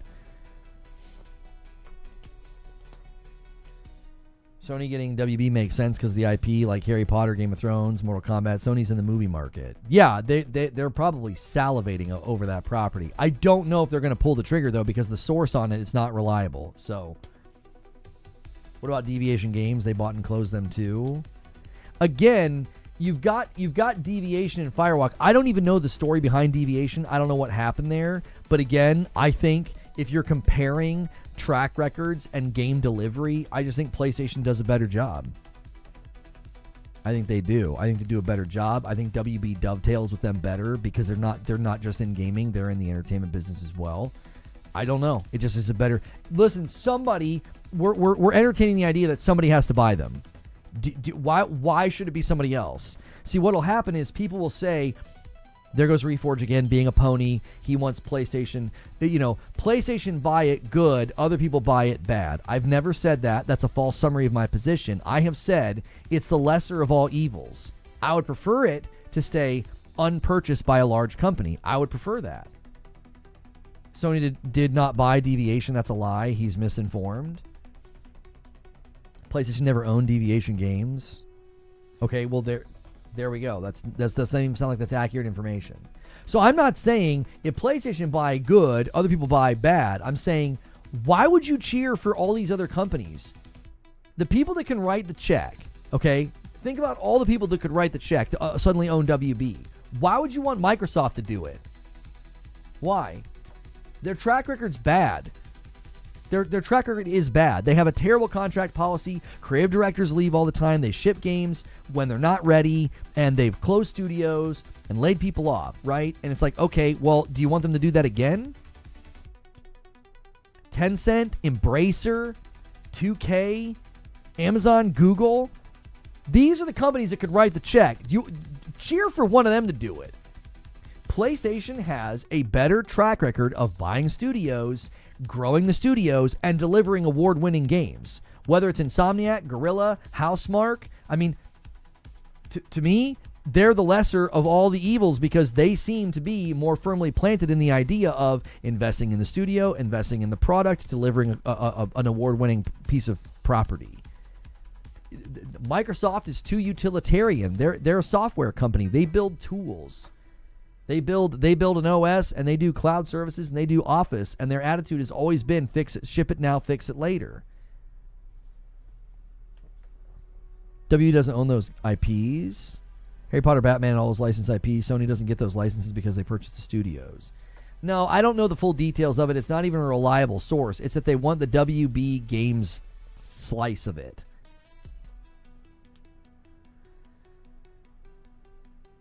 TLU 2 is 5 years old today. Time flies. If you pit the best of the best from PlayStation's lineup of studios, you've got games like Tsushima and Horizon and God of War and The Last of Us, and then you got things like Returnal, and then you got Insomniac with all their bangers. They are leagues ahead of what Microsoft has achieved this gen. Even with their purchases, Microsoft's not even close. Like, the only reason this argument exists is because people do not take these topics and treat them honestly. They don't. If you truly compare the output of games this gen, this whole idea that like PlayStation 5 has been such a disappointment this gen, where are all the exclusives? I'm tired of listing them. I am. I'm tired of listing them because everybody's so disingenuous about this. It just gets clicks. It's like hating the Yankees. It's like it just gets clicks. And for whatever reason, misrepresenting and hating on Sony and acting like they've had a terrible gen with no exclusives, for whatever reason, that's a great way to get clicks now. And it's completely and utterly bankrupt. It's not accurate at all. You are being sold a lie when you click on articles and videos like that. You're being convinced of something that isn't true. It's a mirage. It's fake. PlayStation has so many exclusives this gen. They've got a ton of award nominations this gen, way more than Xbox, and arguably probably more than Nintendo. So I don't get where it's coming from. It's like, what are you complaining about? Who are you running into the arms of that's just done such a better job this gen? Is Xbox falls apart and just dissolves in front of your eyes, and Nintendo is going to trickle out their first party with Switch 2. I mean, they are going to trickle because they can. Because they can. Mario Kart, then Donkey Kong, then Metroid. Next year, you'll probably get a mainline Mario, maybe a mainline Zelda, maybe a mainline Pokemon. They're going to trickle out their first party because they can. They're super powerful in the market, and that's one of the things they can do. But we're just going to ignore Demon Souls and Returnal and Ratchet and Miles and Spider-Man 2 and Gran Turismo and Horizon Forbidden West and God of War, and then we're going to ignore all the great exclusives, the console exclusives, because if you include that, then you get to talk about like Helldivers 2 and Stellar Blade and all the Final Fantasies, whether it's 16 Remake or Rebirth, Grand Blue, Astrobot, and then this year you've got Yote and Death Stranding 2. Death Stranding 2 stands to be one of the biggest games this year. And then you've got Lost Soul Aside.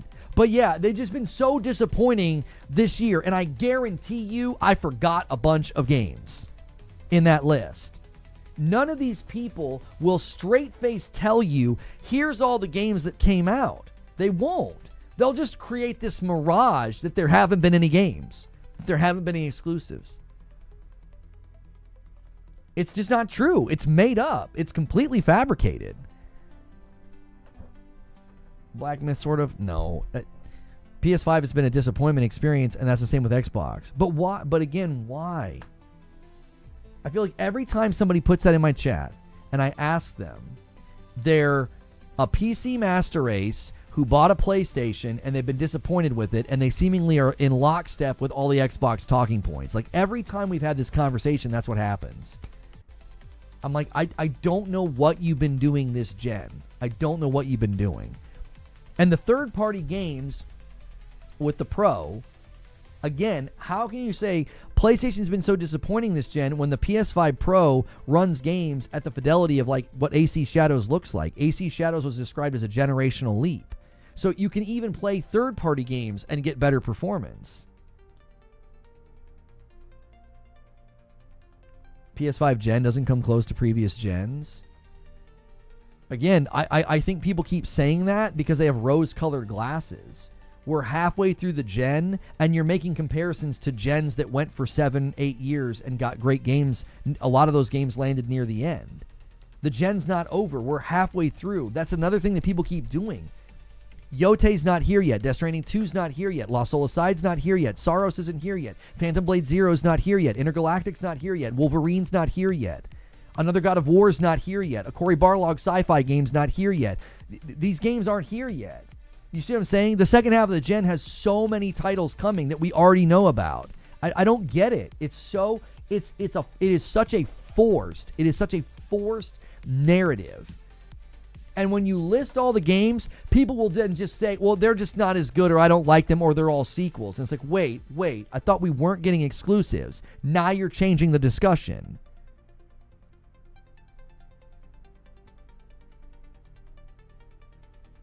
I thought it was that there was no exclusives and it's been disappointment.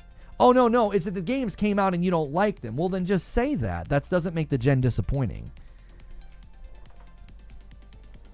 You've also had a very, very good amount of third-party games. Expedition 33, Split Fiction, Kingdom Come Deliverance 2, Assassin's Creed Shadows. I thought was great until I got to the bloated part at the end and I had to cash out. I was like, I've got enough time out of this. Compared to PS4 and PS3, it's somewhat disappointing. You say that, but I want you to tell me, have you done the research? How many games during PS4 had come out in the first half that were making you say that? Because late stage PS4, you got games like Tsushima and The Last of Us Part 2. Late stage, you got games like, because in 2018, you got God of War as well. God of War and Spider-Man. That's in the latter half, brother. In the latter half of PS4, you got God of War, you got Spider-Man, you got Ghost of Tsushima, and you got The Last of Us Part 2. All of those were like award-nominated games, and they all showed up in the second half. So you don't even get to count those. Run the PS4 lineup in the first half and make your case, because I don't think it's true. I think the second half of PS4 was banging, and the first half was banging. I think the first half of PS5 has been banging, and we can already tell second half's going to be very good. I don't get it at all. 2018 was like 5 years into the gen. Well, no. 2018 was 2 years away from the end. Oh, yeah, that would have been 5 years. You're right. Sorry, my mistake. Hang on, I got some people to thank. A $5 super chat from Dodgeman Gaming. Do some digging on the Series S. Start with Indiana Jones, then look at FF16. More games on the way. My Series X is getting 2 modes. S is at 30. Oh, I mean, I told people that was going to happen, and I'm a hater, and I bash Xbox, and I bash the Series S just for speaking factually about the Series S. Siri with a $5 super chat says, all the complaining, but that won't just sell. They won't just sell their PlayStation. They'd rather whine instead. And a 5 bomb comes in from Siriu. And this is a really, really easy one to steal. Twitch, YouTube, it's anybody's to snag right now. A 5 bomb. And I owe your platform 5. Right now, I believe I already owe 5 to YouTube. Yeah, so it'll be 10.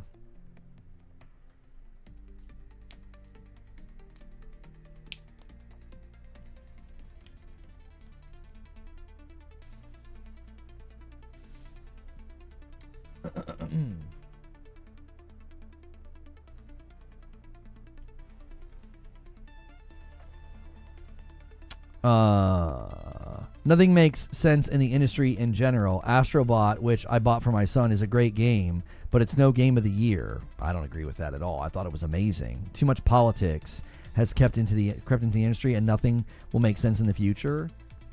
What was political about Astrobot winning Game of the Year? It captured the hearts of everybody. I told people it was a Game of the Year contender because I could tell. I looked at it and I said, that's going to have such broad appeal.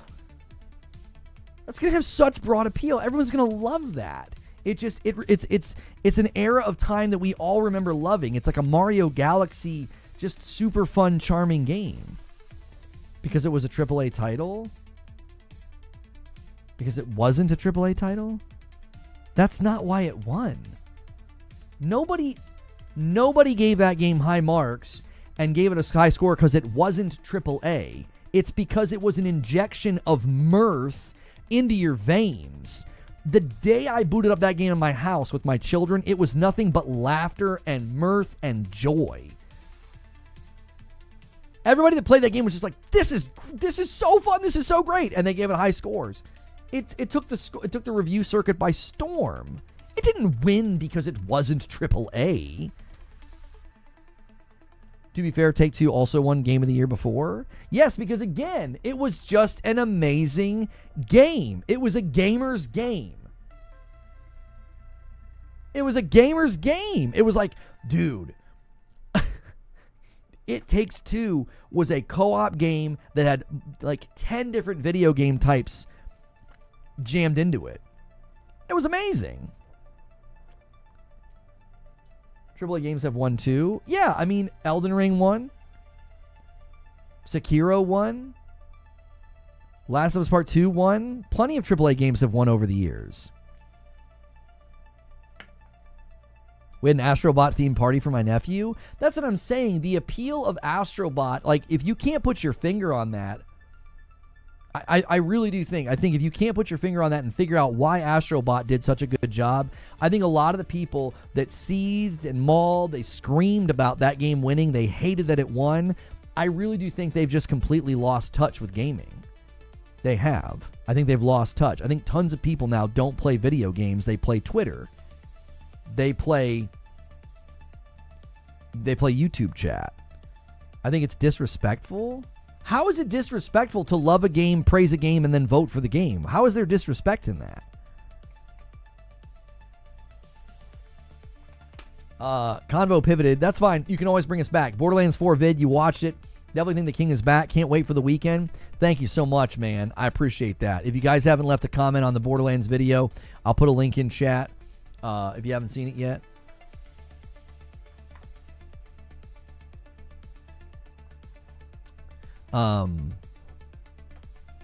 If you can't find good games, you probably aged out of gaming. That's what I'm saying.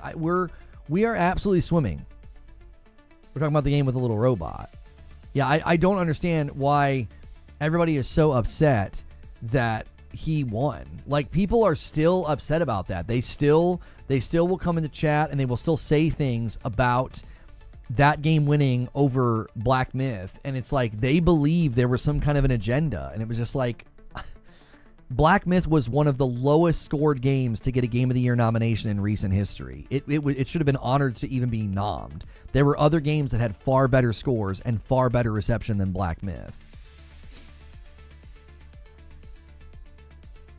And the fact that pretty sure Mafia 3 is locked to 30 FPS on the PS5. What does that have to do with anything? That's like an old game. There are plenty of old games that haven't done that. Red Dead Redemption 2 is like locked 30 everywhere. They haven't pushed out a patch to give you 60.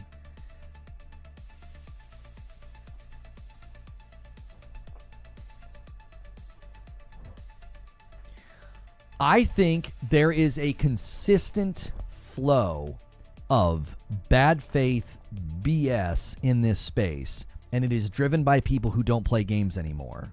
They don't. I couldn't put down Expedition 33. I couldn't put down Astrobot. I put down Black Myth really quickly because of the performance. Like, I couldn't put these games down. They were so enjoyable. I'm so glad I went back and took a second shot at Death Stranding 1. You know what I'm saying? Like, I don't understand. It's like, what are you doing? Are you even playing? Every night I was like, I gotta get back into Expedition. You know what I did last night? I was playing and enjoying Rematch. I think I only won like one game, but I was really enjoying dropping back as goalie, getting better at saves, and getting better at making opportunities for my teammates. It was so freaking fun, and I lost almost every time. I'm trying to get to rank 5 so I can try. I'm trying to get to level 5. I'm sorry, so I can try ranked to see if it puts me in like actual better matches, because I'm consistently getting into games and I'm like, oh, these guys are all way better than me. Holy cow! And I was just like, I was just having fun. It's a freaking soccer game. It's a sports game.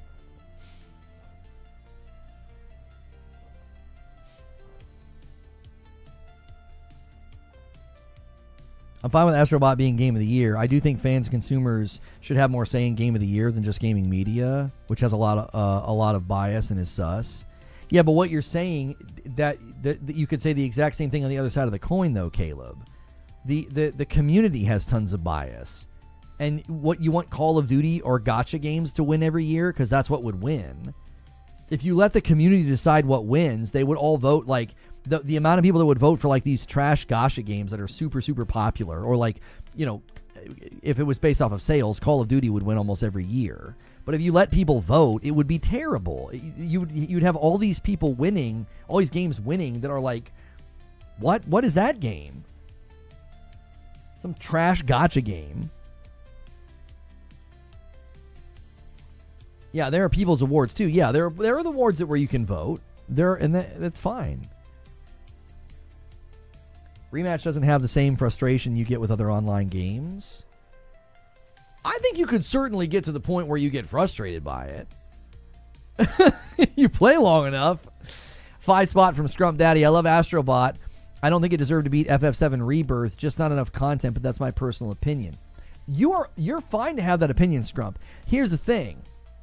It's always going to be a matter of who won the hearts of the gaming, the jury, the people voting. What game won their heart? Astrobot won the hearts of gamers. People were just like, it's amazing.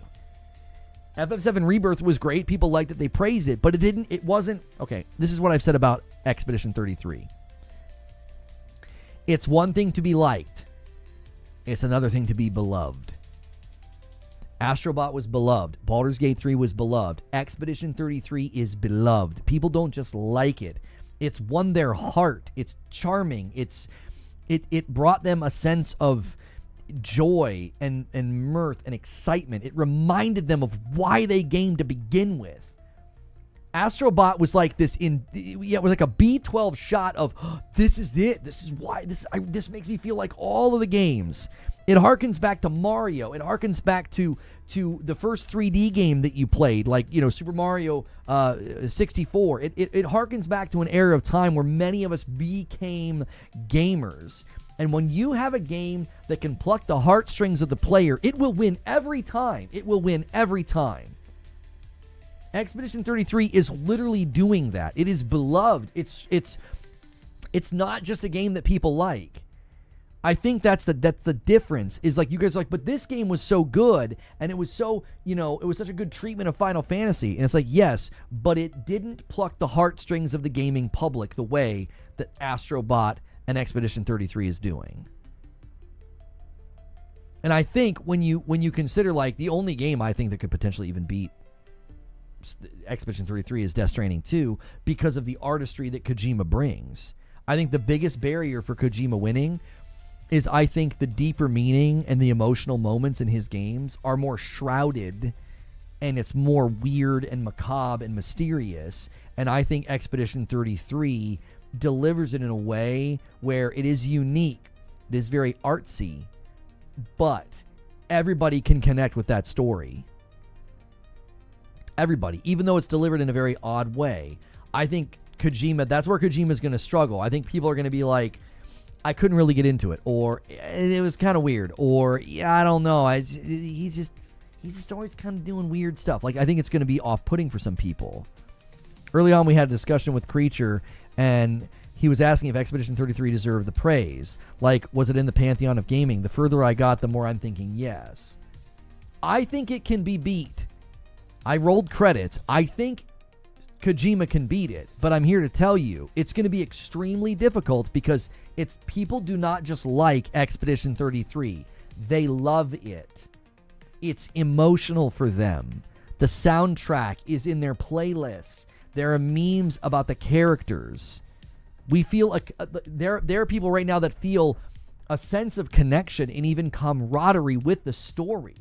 It harkens back to the idea of in your childhood and like, you know, you're using your imagination to play and to develop friendships and creativity and what it is to lose these things, right? Like to get old or to face suffering and grief. Like that story, I'm telling you, that it's connecting with people at a deeper level. And that's one of the reasons it's going to be so hard to beat.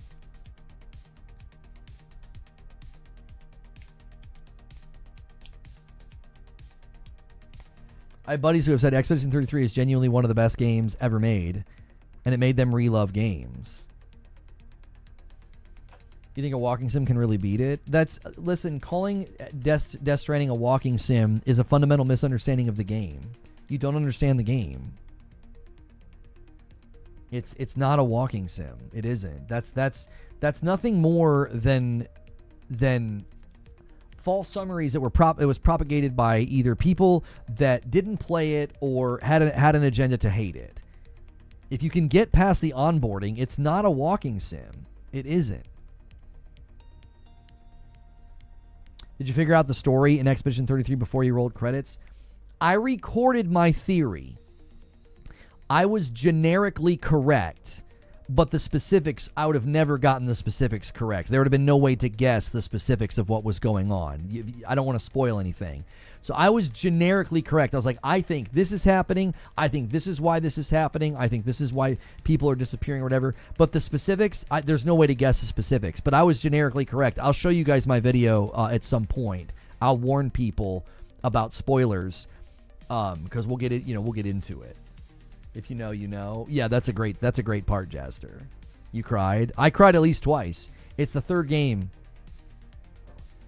It's the third game in history to make me get emotional and cry. How far have you gotten? I rolled credits last night.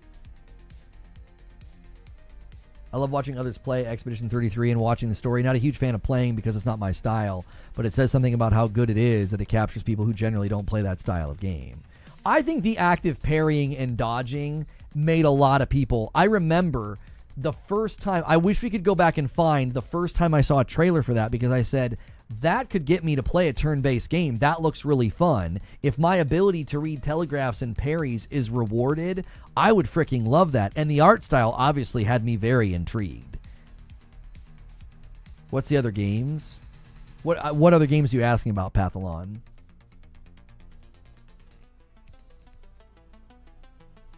"33 proved to me that games need to go back to taking risks. I think it's easier to take risks when you're a smaller studio, smaller budget, and you've got a game that can pivot more. This is why I've said AAA games need to start letting... Oh, the other games that have made you cry? Hellblade 1 was the first game to ever make me cry. When I rolled credits, I was streaming. I had to shut the camera off. I couldn't even talk. I was done. I was absolutely done. It impacted me at such a deep level. Hellblade is that's why it's my all-time favorite game. It came to me at a moment when I needed it. And I've played it since, and I've experienced it very differently since then. I've played through that game, I think, 3 or 4 times. And I cried in Ghost of Tsushima because whenever I played through Ghost of Tsushima, I had been through a lot. I had lost a lot. And there was a haiku. I've actually tweeted it before. There was a haiku that just absolutely wrecked me. It was like I like read it and I was just done. I was like sitting on my couch. What is it? Reforge Media. Let's see if I can find it. Yeah, this is it. So every once in a while, I go back and I read this haiku from the headband of defeat from Ghost of Tsushima because it spoke to me. So this is a headband of defeat. So you get headbands for doing the haiku for the meditation. It says, "Resilient and strong, a lone pebble alters fate, rising from the depths." I was absolutely destroyed by this because of where I was and what I was doing. Like, look at the date. This is May of 2021. This is the worst year of my career ever. I would say this is the worst year of my life. 2021 was the worst year of my life up to now. This isn't even getting like losing my Twitch channel. This is I've been banned from Destiny. What the am I going to do? I don't know if I can even support my family. I want to quit every day. And it was I was destroyed by this. Because it was like, yeah, I'm being resilient and strong. I'm doing what I can. I don't know if I can rise from the freaking depths. I might drown down here. Like it was over. It was like it absolutely like put a stake in my heart. So that game, and then Expedition 33. Expedition 33 was a eulogy, and there was a line about, you know, brother, I don't know if you're my brother, more my brother or my father. That, oh my gosh, it was done. And then last night, when somebody was speaking to their family member and said, "I've lost so much," I was done. I was like, I know what that's like. I know what it's like to grieve so much loss, you know, and like, what do you do with it? It can wreck you. It can destroy you. It can fill your heart with darkness. So, do you think Donkey Kong will have a chance to challenge Expedition 33 for Game of the Year? No. I don't think Donkey Kong as a character, I don't think the gameplay loop of Donkey Kong has I don't think it's going to have that ability. I think it's going to do incredibly well. Donkey Kong will get a lot of noms. It'll probably get a Game of the Year nom. I think it's going to be the king for Nintendo this year. Like Mario Kart did very well. People liked it. It reviewed well. But Donkey Kong, that 15-minute thing they did, I was like, oh wow, this game's got a lot. This game's got a lot going on, right? But yeah, I think Donkey Kong will make a run, but I don't think it'll be able to beat Expedition 33. I think the only game that has the strength to overtake Expedition 33 is Kojima. Darkness will destroy you. Anyway, Donkey Kong is going to be great. Typical Reforge stream content. That's right. Guys, we are still, this is dangling here. I can't believe nobody stole it. We are 4 away from the milestone. Somebody slam that 5-bomb home and steal it. I will owe Team Red 10. I'll owe Team Purple 5. Let's see who takes it. I don't think Yote can win. I don't. I love Tsushima. Yote is my most anticipated game, and I'm here to say a game like Yote, there's just a ceiling on what it can do. I don't think it can reach beyond and achieve what Expedition 33 has achieved.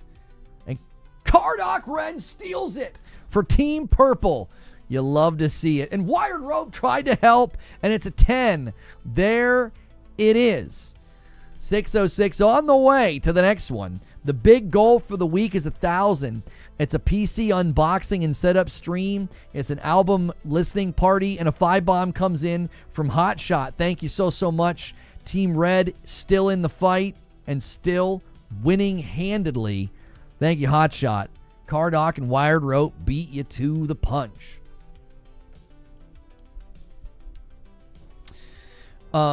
This community is great, woman. It's like, man, my life was ruined. This poem wrecked me. I lost a lot the next minute. So you do think Donkey Kong will be sick or what? Oh, I missed SDO. I'm sorry. SDO. I see yours. There was a single that came in from SDO for Team Red. Thank you very, very much. And then it's going to be 86 to 36. It's still, Purple, you are exactly 50 behind. Again, Cream Pie with a 3-month renewal. Thank you so much, Cream Pie Samurai. Fun name to say. Joker Quinn's going to bump the line and bump the lead by a little bit more. Thank you so much, Mr. Joker Quinn. One of the kings of the single gifted. Always poking the line. There's 27 variations of each haiku. That's enough to make them feel personal. Don't forget we have MASH. Yeah, if you guys try to summon 50 bombs, you got to use the farty bomb emote to do that. He's not been around today. We've got other heavy hitters that drop 50 bombs. Pork Pie.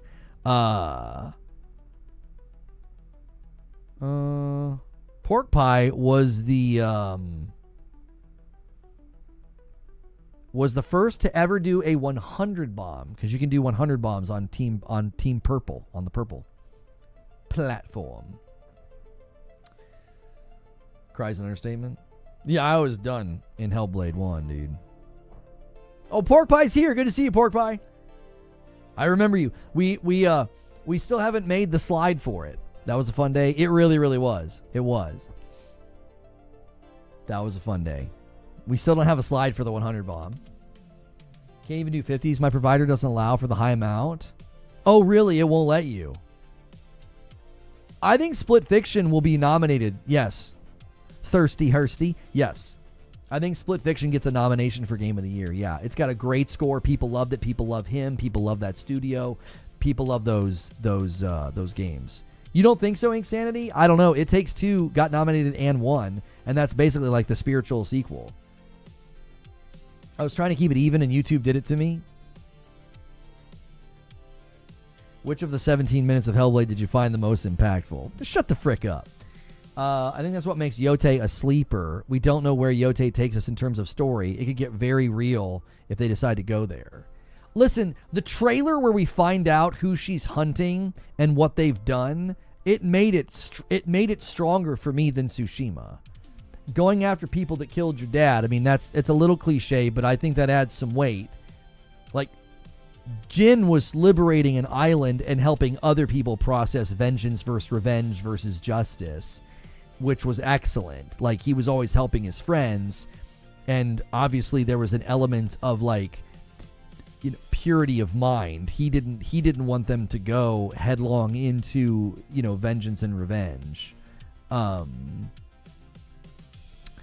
But this one seems like it will be more like, no, the main characters basically going after all of them. So I wonder if Reforge knows who this is. Something. I don't know what you're talking about. Corey says we have Pathalon. You guys do have Pathalon. You do have Pathalon.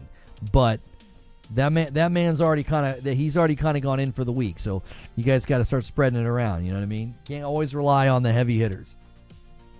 It's all on Death Stranding 2. I think so. Looks good and sounds inventive and fun, but it's not out yet. Can't really judge it till we play it. Oh, wait. Split Fiction is out. What are you talking about? Excited Raccoon. Are you confused about what game they're talking about? Split Fiction's already out. It's been out for a while. It was an early release this year. The deluxe edition of Death Stranding 2 is the 24th. We will be diving in day one. Yes. We'll be diving in day one to Death Stranding 2. Oh, Donkey Kong. Oh, you replied to Benjani, and I thought he was talking about Split Fiction. I didn't realize you were replying about Donkey Kong.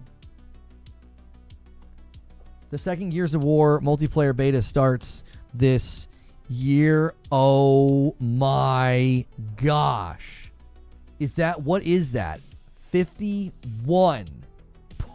Pork Pie with 51 members over here on the purple platform. Holy freaking crap. That takes us to 664, and I know what he's doing. This guy is a freaking maniac. He just tied the member battle between the two platforms. It is 87 to 87. What an absolute freaking madman.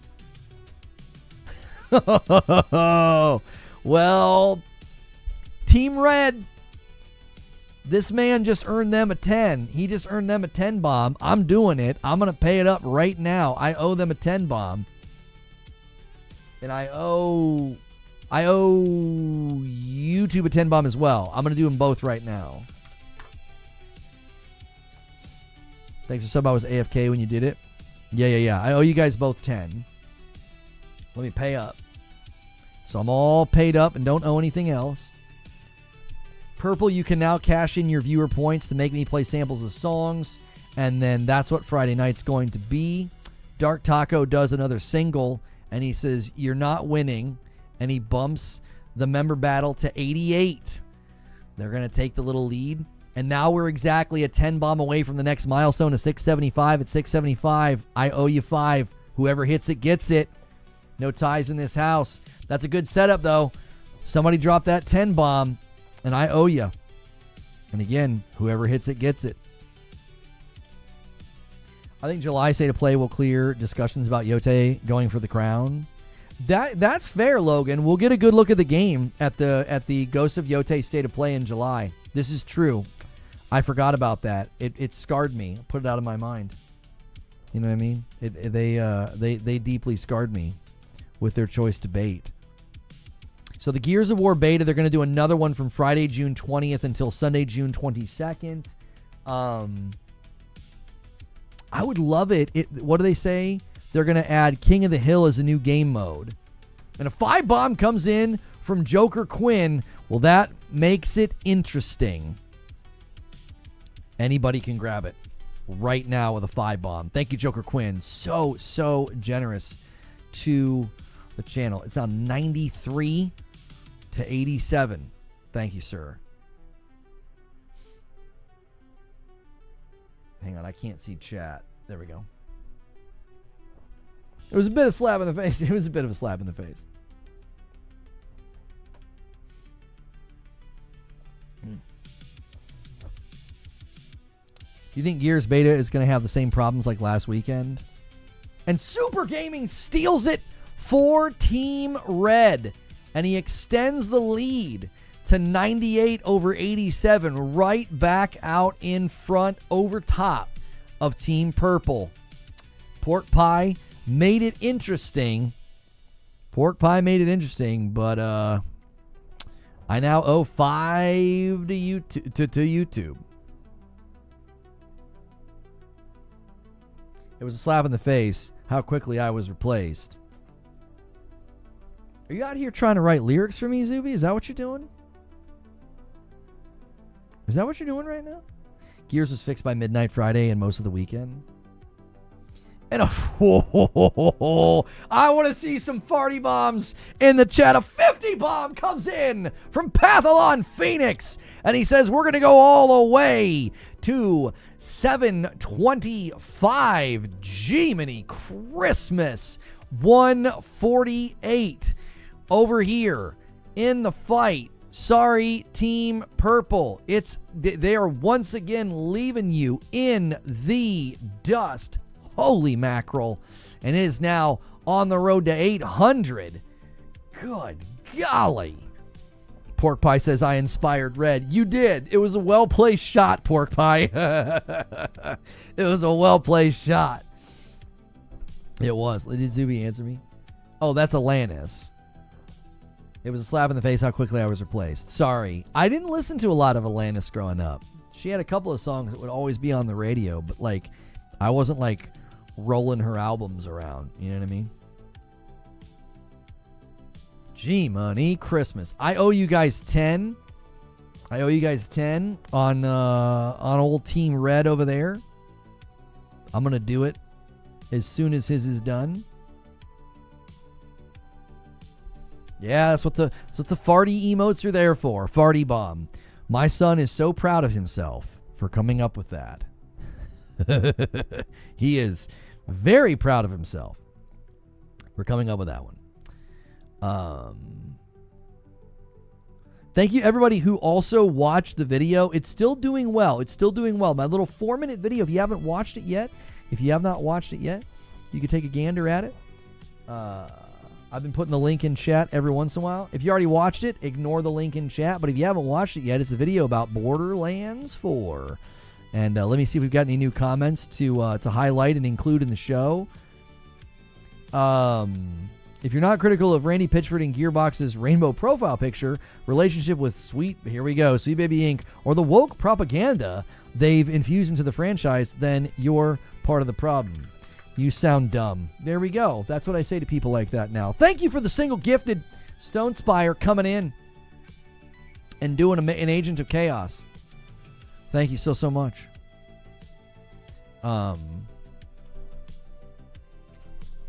That's just my response. Now. You sound dumb. Nobody, we don't want to talk to you. You're not welcome here. I'm not interested in you weird conspiracy guys that just make crap up and watch content that makes crap up. Bye. Be gone. Yeah. Just zero interest in talking about that. It's all made up. So much fabricated. Just a waste of time. Will we see a flood of turn-based Western JRPGs now? I mean, I would say that the way that Elden Ring impacted the market, I think Expedition 33 will impact the market to a certain degree, yeah. I've been watching here for months. I didn't get a membership once. I went to Purple for 2 minutes and they gave me one. It's a little bit, I think, more consistent over there. I think Team Red tries to spread it around. I do. I think they try to spread it around. I don't think they want you to continue to get it over and over again. So I don't know if you've gotten one in the past, but I think it tries to run like a, I don't know, like a data thing. 274 to go for the ultimate goal. We can do this, as Hasio. I think if we get to 800 by the end of the day, you guys have it in the bag. Because I think a Friday, when you're that close, people go nuts. Yeah, you guys basically have it in the bag. MASH hasn't even shown up today. I mean, you know what I mean? Like, he usually comes in and is like, he's nuts. Like, I'll tell him to stop and he'll keep going. It's like he sometimes has single-handedly, secured goals for you guys.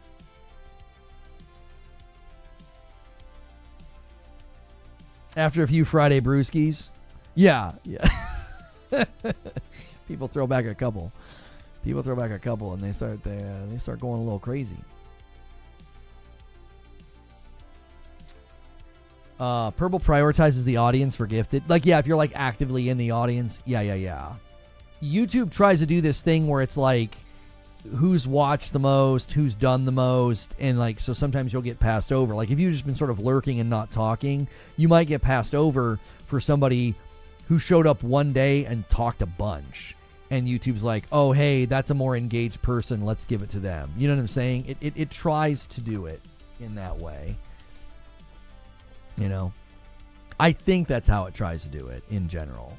And I think that's why sometimes people get passed over. Chill with spoiler screenshots or mark as spoiler, please. Homie. Expedition 33 has been out for almost 2 entire months. I am not going to post a picture this late in the game of Expedition 33 and mark it as a spoiler. That's ridiculous. Hasayo is trying to set something up with 3 singles. It's probably going to be a 4th single. I think he's going to bump this. I'm just going to roll it up. I think that's what he's doing. He's going to bump it to 730. He's baiting the 20 bomb. He is absolutely baiting the 20 bomb. And somebody just cashed in points on Purple to make me play a sample of a song. Play that funky music, white boy. I gave you guys the ability to cash in your points. Raijin, is this the second time today that you did it? Who did it before? Who did it earlier? Oh my gosh, I owe you 2. Superfly, I am so sorry. You guys should have told me. I did one for Vicks Vapor. I did not do one for Superfly. I owe you 2. I am so sorry. First for me. Yeah, Superfly did one earlier and I completely missed it. All right, give me a second to get set up, boys. If you guys don't know, I've been writing lyrics about everything that's happened to me, and I have to mute the music when I do this, so you guys won't be able to hear the music because I have to set it up. Let's see here. Wait, I muted Chrome. I can't hear it.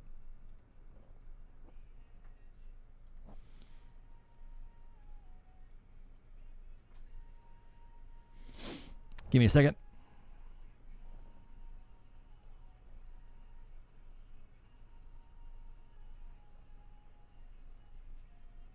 Yeah, it's good.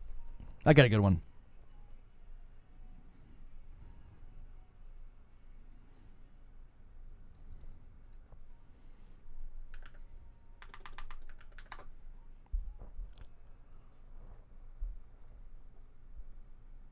Actually, hang on.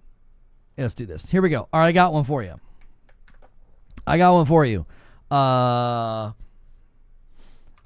Okay, so this one, I really like what it did with this one section. It does like a rapid fire lyric thing that I really enjoy. So this one is called Another Zero.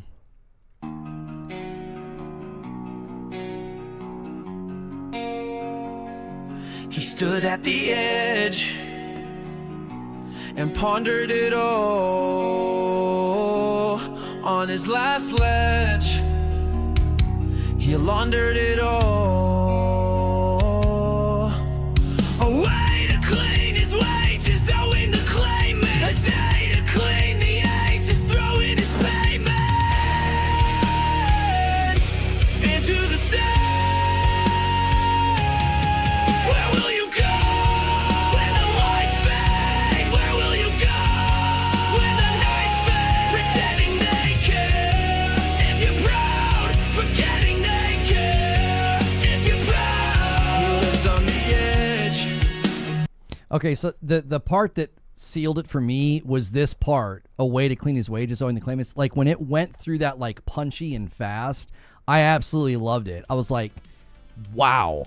Like, wow, did it do a cool thing with my lyrics. Artist, I write the lyrics and I give it to AI and it makes a song. So all the lyrics are original to me, and this was something that came to me one night. I saw something and somebody saying something. I was like, nobody freaking cares if you're proud. So there's a part in the song that establishes that. So that's a fun one. So that's from Another Zero. Yeah. And I already played a sample from Gloves Off, which is like my favorite song right now. Can you add other point redeems? I can't think of other things yet. Like, you guys have so many points. I don't know. And Grubby, thanks for renewing your Prime so much. Let me bump the line here to 731. I do owe you guys another one. Superfly, are you here? I am so sorry to Superfly. I did not see that somebody else cashed in points earlier. It's a new feature that I haven't ever used before. I'm trying to think of another one that I haven't played for you guys yet. I've played so many.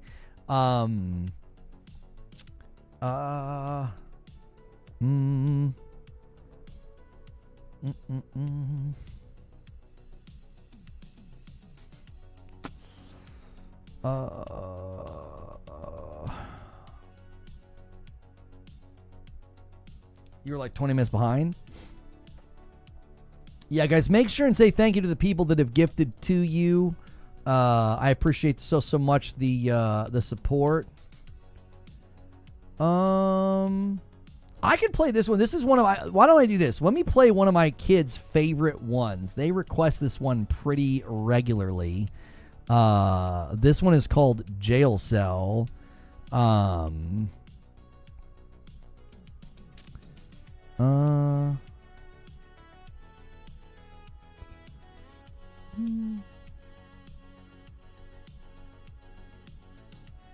me see. I'm going to try and get it queued up. I don't want to keep playing them from the beginning, so there won't be music here for a second.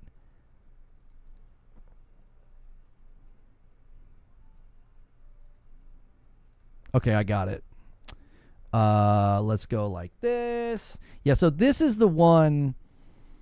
My kids love this one. And this one is actually about me. So some of the songs I've decided to make about me and not just about like other people that I have like righteous indignation for. So this one, this is the one that my kids request all the time. It's called Jail Cell. And turning around, I saw the words that I heard from the outside, which means I had the key all along. Having that key all along meant I could leave all along, and I was free all along to get up and escape. And They like the all along part, so they sing along with that. So my kids will. There's a couple of the songs that like they actually enjoy. So there you go. I'm all paid up. You guys cash in some of your points to get some sound samples of some of the music, and I appreciate it. Rematch is great. Rematch is really fun. I was playing it last night, and I just kept dropping back. I kept dropping back and doing goalie, and I was having fun. Does the app work with adjusting the song? Do you tell what inflections? I don't tell it what inflections to use for lyrics. No. I just put it in. I know. Okay, so basically, I can structure a song to where it's like verse, chorus, bridge. I can do rhyming patterns where it knows. I can't believe how good it is at knowing that, yep, here comes the bridge. Yep, back to the chorus. Yep, back to the verse. Like, it's impressive. If you know how to write, like, rhyming patterns and structuring and stuff like that, like, I can get the results that I want. Like, I knew certain songs, I'm like, it's going to scream this part. I just knew. I was like, if I structure it this way and I write it this way, it's going to get to this point and it's going to scream. I can't wait for you guys to hear Gloves Off. There's a freaking part. I can't believe how well it nailed the scream. It's unbelievable. It's almost eerie. It's eerie. It's almost like how I heard it in my head. I wrote it, and the way the rhyming pattern goes, I'm like, I bet it screams this part, and I really hope that it does because I want it to. Sometimes it'll misfire. It'll go in the opposite direction. So sometimes instead of screaming, it'll go like super clean and the bottom falls out. And I'm okay with that sometimes, but sometimes it's like, no, I want this part to be screamy, like in your face. So if you guys want other perks on Purple to cash in your points, I don't know what else to come up with. That's one that I've enjoyed sharing my music with you guys. Again, I'm writing the lyrics. Can you tell it to scream instead? No. You can't give it instructions like that. Like, I can go into a section, I can highlight a section and have it redo it, and I can tell it, I can give it like style input, but I haven't had any success with that. Like, you can add style like slow tempo or rap or ambient or stuff like that. I tried it once and it just changed the style too much. It was like all of a sudden the section of that section of the song sounded like another song. So it's like all of a sudden the vocalist sounded different, the screaming sounded different. So I've generally just sort of like kept it in the lane that it is. We're like clean vocals, some screaming, back to clean vocals, some good pounding drums. And it's how I wanted the music to sound. I'm like, that's how I hear my own voice if I were to be in a band and like orchestrating the music. Like, this is largely how I would have structured a lot of it. So, yeah. Because I don't like constant screaming. One of my songs, it did it, and it was like screaming the whole time. And I didn't like it. Are you good for rematch? You have access to the full game? Yeah, I already streamed gameplay a couple of days ago. Yeah, and I was playing last night. How's it doing, by the way? It released today officially, did it not? I think that game is going to go places, boys. I really mean it. I really do. If they can figure out the cross-play, if they can figure out, desync and stuff like that, it's got a 4.2 on PlayStation. That's pretty good. 84. It's got a 78 on Steam. That's a little weaker than I was hoping to see. I'm kind of rooting for this game. It currently has 75,000 people playing on Steam. That's pretty good. That's pretty good. I'm kind of cheering for this game. I think it's got the chops, man. I don't know if you had beta access. No, it wasn't beta. It was early access. Oh, you've got creator codes. Yeah, no, it was just if you pre-ordered one of the higher levels. If you pre-ordered one of the higher levels, you would get early access. Hearing your music really breaks up the channel content nicely. I thought it was a cool thing. I'm always anxious to share it. My wife's like, you gotta stop. Like, so my wife gets a little bit nervous because she knows who the songs are about. She knows who the songs are about. So she gets worried. She thinks I'm like picking fights. I'm like, listen, if I boot up a song and the name of the song is like Screw Zubair, and it's like basically me just cussing out Zubair, obviously that would be hilarious. But like if I did that to a content creator, sure, I would get the concern.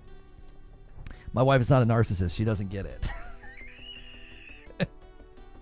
I'm like, babe, the average person that gets it, number one, it's not going to turn into anything. Number two, who cares? Yo, it's good feed. Madam Stripping, respectfully, the songs are fire. No. She has actually said that the songs are good. She has said that. She likes them. But she has said, you know, this is very personal. You know, it's album 1, False Kingdom, is quite literally about me getting canceled. That's what it's a concept album. The entire album, that if we hit 1,000, that's what we're going to listen to. Listen Party Friday Night is False Kingdom. The second album is No Escape. And it's scathing. And it gets more scathing from there. Like, the albums just increase in their fire.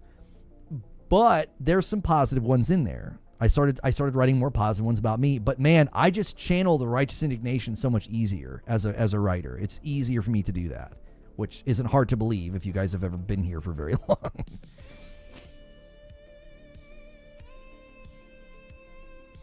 If we know well enough to get it, we'll know well enough not to say anything. That said, I don't get any of it. For sure. Make that a goal. Okay, that's the goal. Make a new Screws You Bear song. I'm going to be honest. I'm a little disturbed by the desire for a Screws You Bear song. Yeah, Kirk wants a... What is yours, Kirk? Kirk just wants his boat song. Yeah. Yeah, I don't want to start to trivialize it and start doing comedy. If we did comedy, I would completely change the style. I wouldn't want to hear like my style and persona that I've kind of honed through the app. I wouldn't want to use that to be goofy. You remember your first concert? Mine was Revolution back in high school. I don't remember my first concert. I remember some of the more memorable ones. Jimmy Eat World in Cleveland blew my mind. It sounded like the album.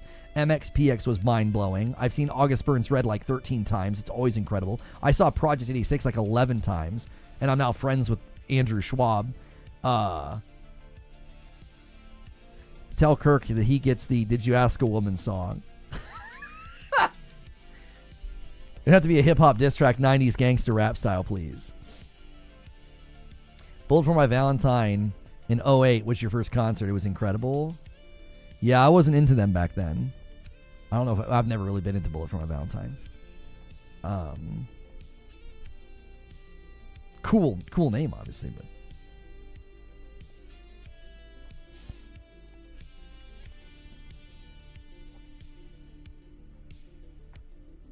a VIP from Ant. Welcome back in, Ant. Bumping the line to 732. I appreciate it so much. Pork Pie poked that line and got YouTube to activate.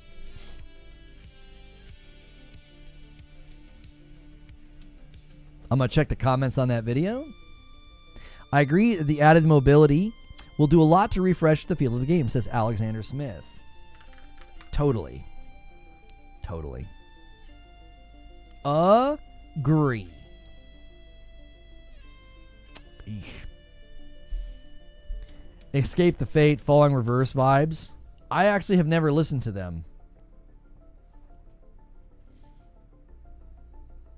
You've seen Smoke with August Burns Red over the... You have?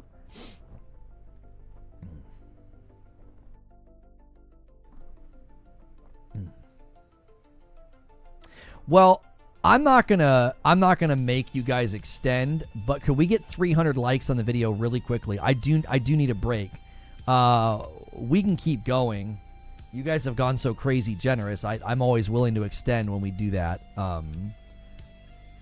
You've been back from coaching. It's 32 degrees in your gym. I miss the cold weather. Oh, I don't like when buildings have their AC set to meat locker. I can't stand that. You like have to thaw out when you come outside. It's terrible. It's like pop punk screamo. What is this? Super chat, super sticker, super thanks. Okay. I'm just checking. Member Plus and above total has gone up a little bit, 556. So thank you to everybody who has upgraded to Member Plus and above.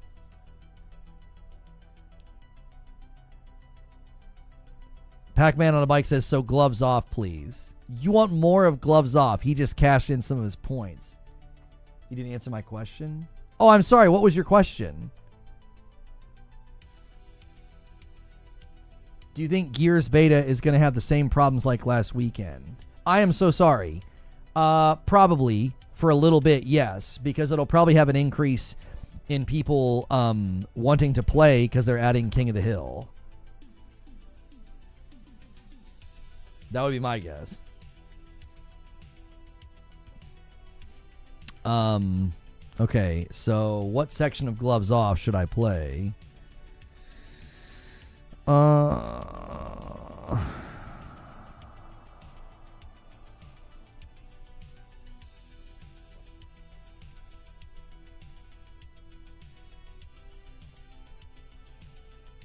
I don't want to play the screaming part yet. I wanted to save that for Friday night, but I'll let you hear a little bit of it.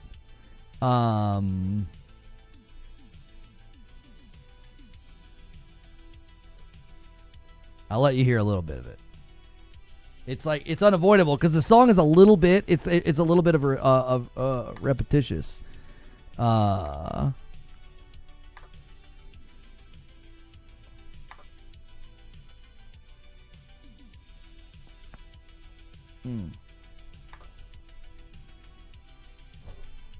Okay. Brother. I'm just trying to bleed you guys of your points if I'm honest here. I'm gonna stop my music here so you guys can't hear what's going on. I gotta get it keyed up here.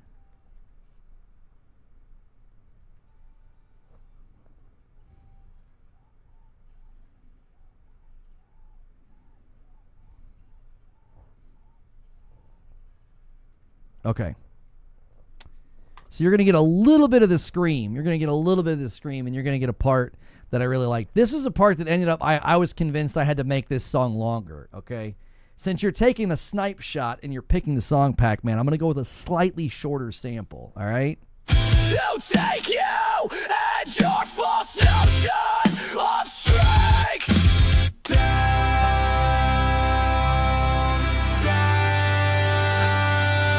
I thought the gloves were coming off. Well, if I were you, I'd put them back on. I'd put them back on. I thought the gloves were coming off. Well, if I were you, I'd put them back on. I'd put them back on.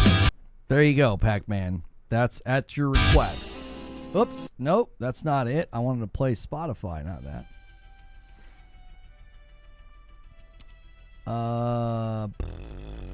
Go back to muting. There we go. But that's 100% of data, remember? It sounds like there's different bands I hear from time to time. I definitely hear some of that. I effed a glove. Wait, that's not the lyric? No. No.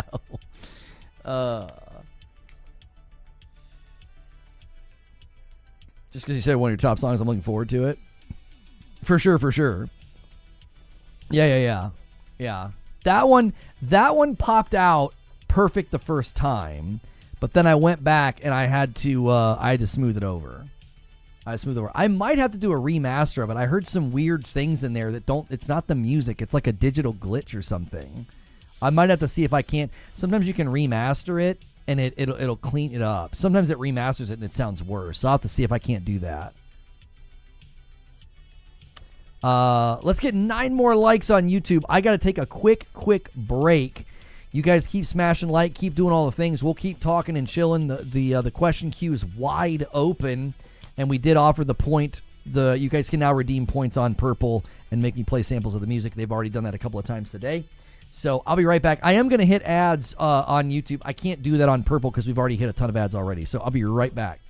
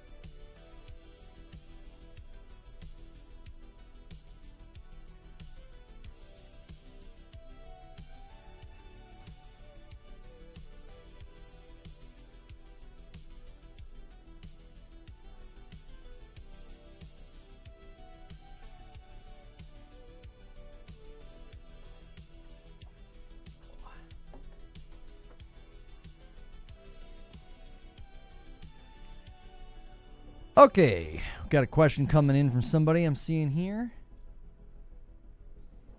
SDO says, in your opinion, what's the best pro-enhanced version of a game? Right now, AC Shadows takes the cake. I think it looks better, not by a big margin, but I think AC Shadows performance mode looks better than even Forbidden West. The Forbidden West Burning Shores. I think Forbidden West Burning Shores and AC Shadows are almost dead even tied, but I think AC Shadows edges it out. It's really not, though. Why not? Digital Foundry described it as a generational leap. I mean, I don't know. That's pretty high. That's pretty high praise, bro. That game, every time I played it, I was blown away. I was like, this is the best looking game I've played this gen. It is absolutely gorgeous. John Lindemann said that he felt like Burning Shores on the Pro was like playing on a high-end PC. I felt that way when I played AC Shadows on my Pro. I felt like I was playing on like a high-level PC.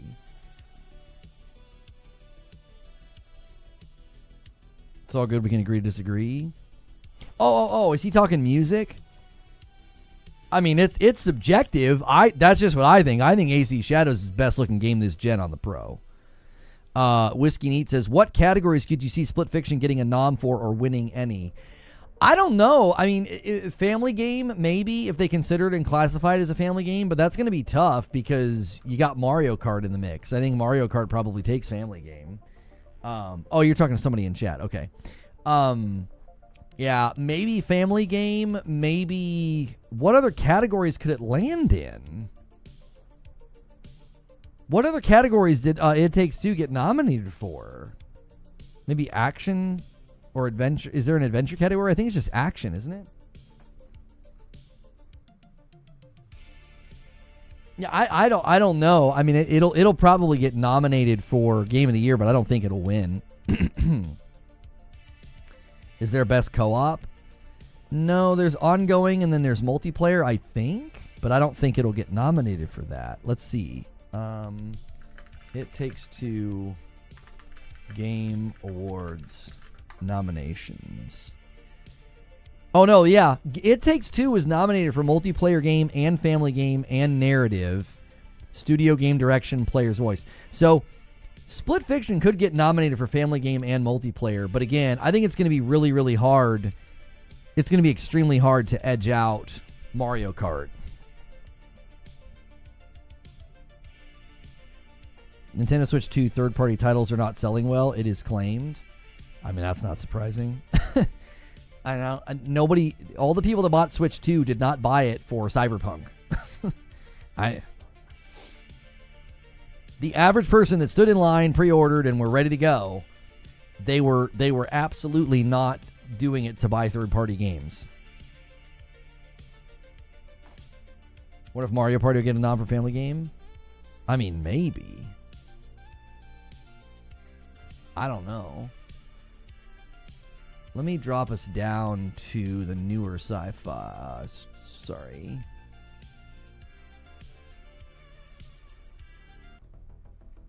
We got 10 new ones that I added.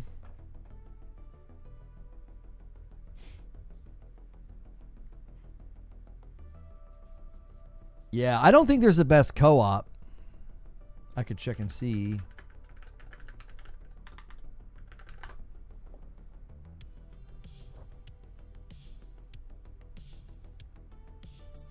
The neighbor boy's at the door. Wait. Oh, my fam is back. I was getting ready to say, they're not here, little homie. But they're here now.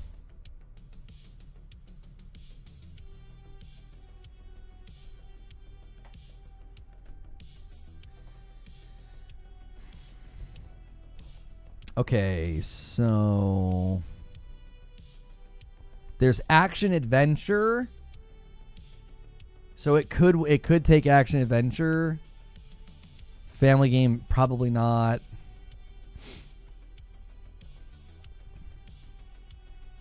Shooter, mobile handheld, online experience, student game, esports event, yeah. you see Tears of the Kingdom took E3's Expedition 33 spot for best rated of the year? I'm just gonna say it. This is stupid. Like, I don't even know where is this being rated? Oh, Metacritic. Yeah, like, listen, this is a nothing. This is a nothing burger. This is an absolute nothing burger. So a handful of people reviewed the Nintendo Switch 2 upgrade edition of of Tears of the Kingdom, and understandably, it did very well, right? Switch 2 Metacritic.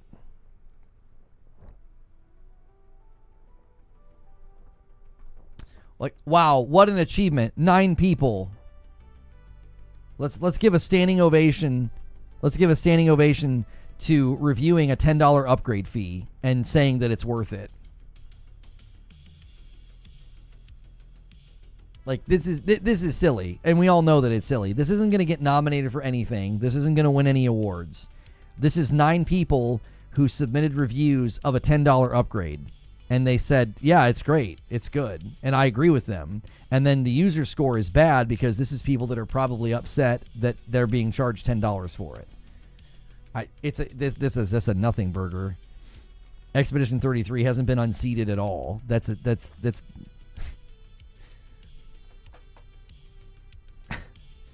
like, that's less than a dozen people that said, yeah, the upgrade is worth it. It's dope. I've always loved looter shooters, but for some reason I don't feel excited for Borderlands. Guess my preferences have changed. I mean, change maybe.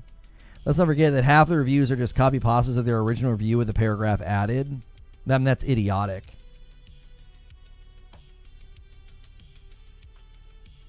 Yeah, I mean, that's idiotic. Jeff's going to change the rules, put it in. No, he's not going to do that. There's not going to be a demand for that. Like, if 9 outlets reviewed it, there is nobody. That's why I said that Erdtree didn't stand a chance winning, because I didn't think anybody would vote for it. It got in because of its score and outlets being like, yeah, this thing is too big. It should be considered a game. But nobody, when push came to shove and it was time to actually vote, no one was going to vote for that. That's ridiculous.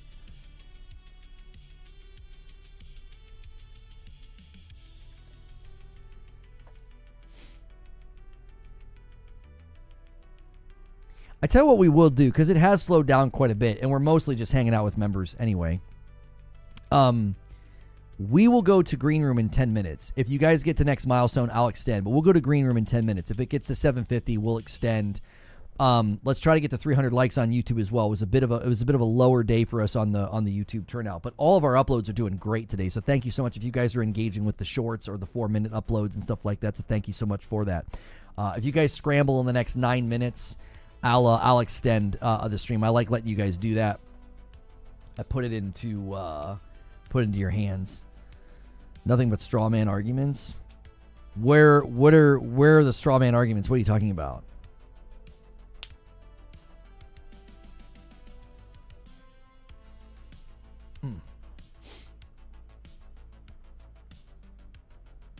Thought it was $20. No, the upgrade's $10. And what did you say during my break? I could probably click on your name and see.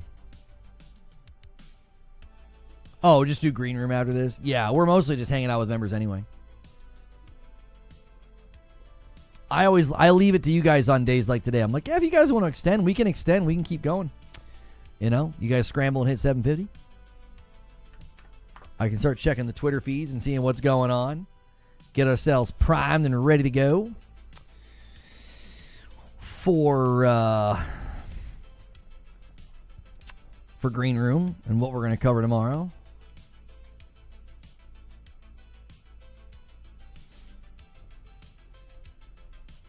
Yeah, the Nintendo Switch 2 third-party sale not selling well. $5 super chat from Jack Garland. So, Lono, kill everyone lately? Kill everyone lately. What? I don't understand the question. Oh, X-Stasis is claiming it?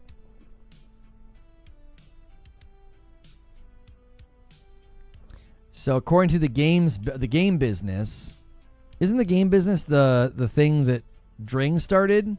Yeah, Chris Dring is claiming it. Most third-party Switch 2 games posted very low numbers. One third-party publisher characterized the numbers as below our lowest estimates despite strong hardware sales. I'm not surprised at all. I kept saying that. I said the average person is not buying a Switch to play Cyberpunk. They're getting it for Nintendo games, man. Everybody wanted a piece of that sweet, sweet Nintendo action. You're bringing a bunch of old games.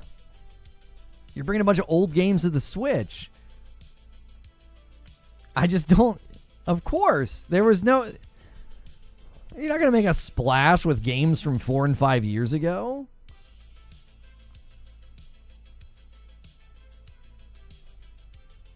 He's talking about Expedition 33.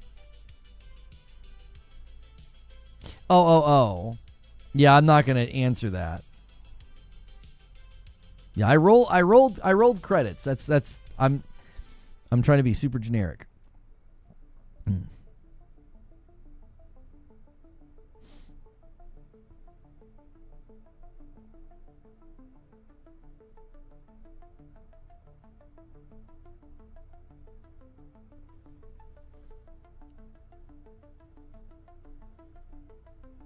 Tom Warren did an update about Xbox and AMD.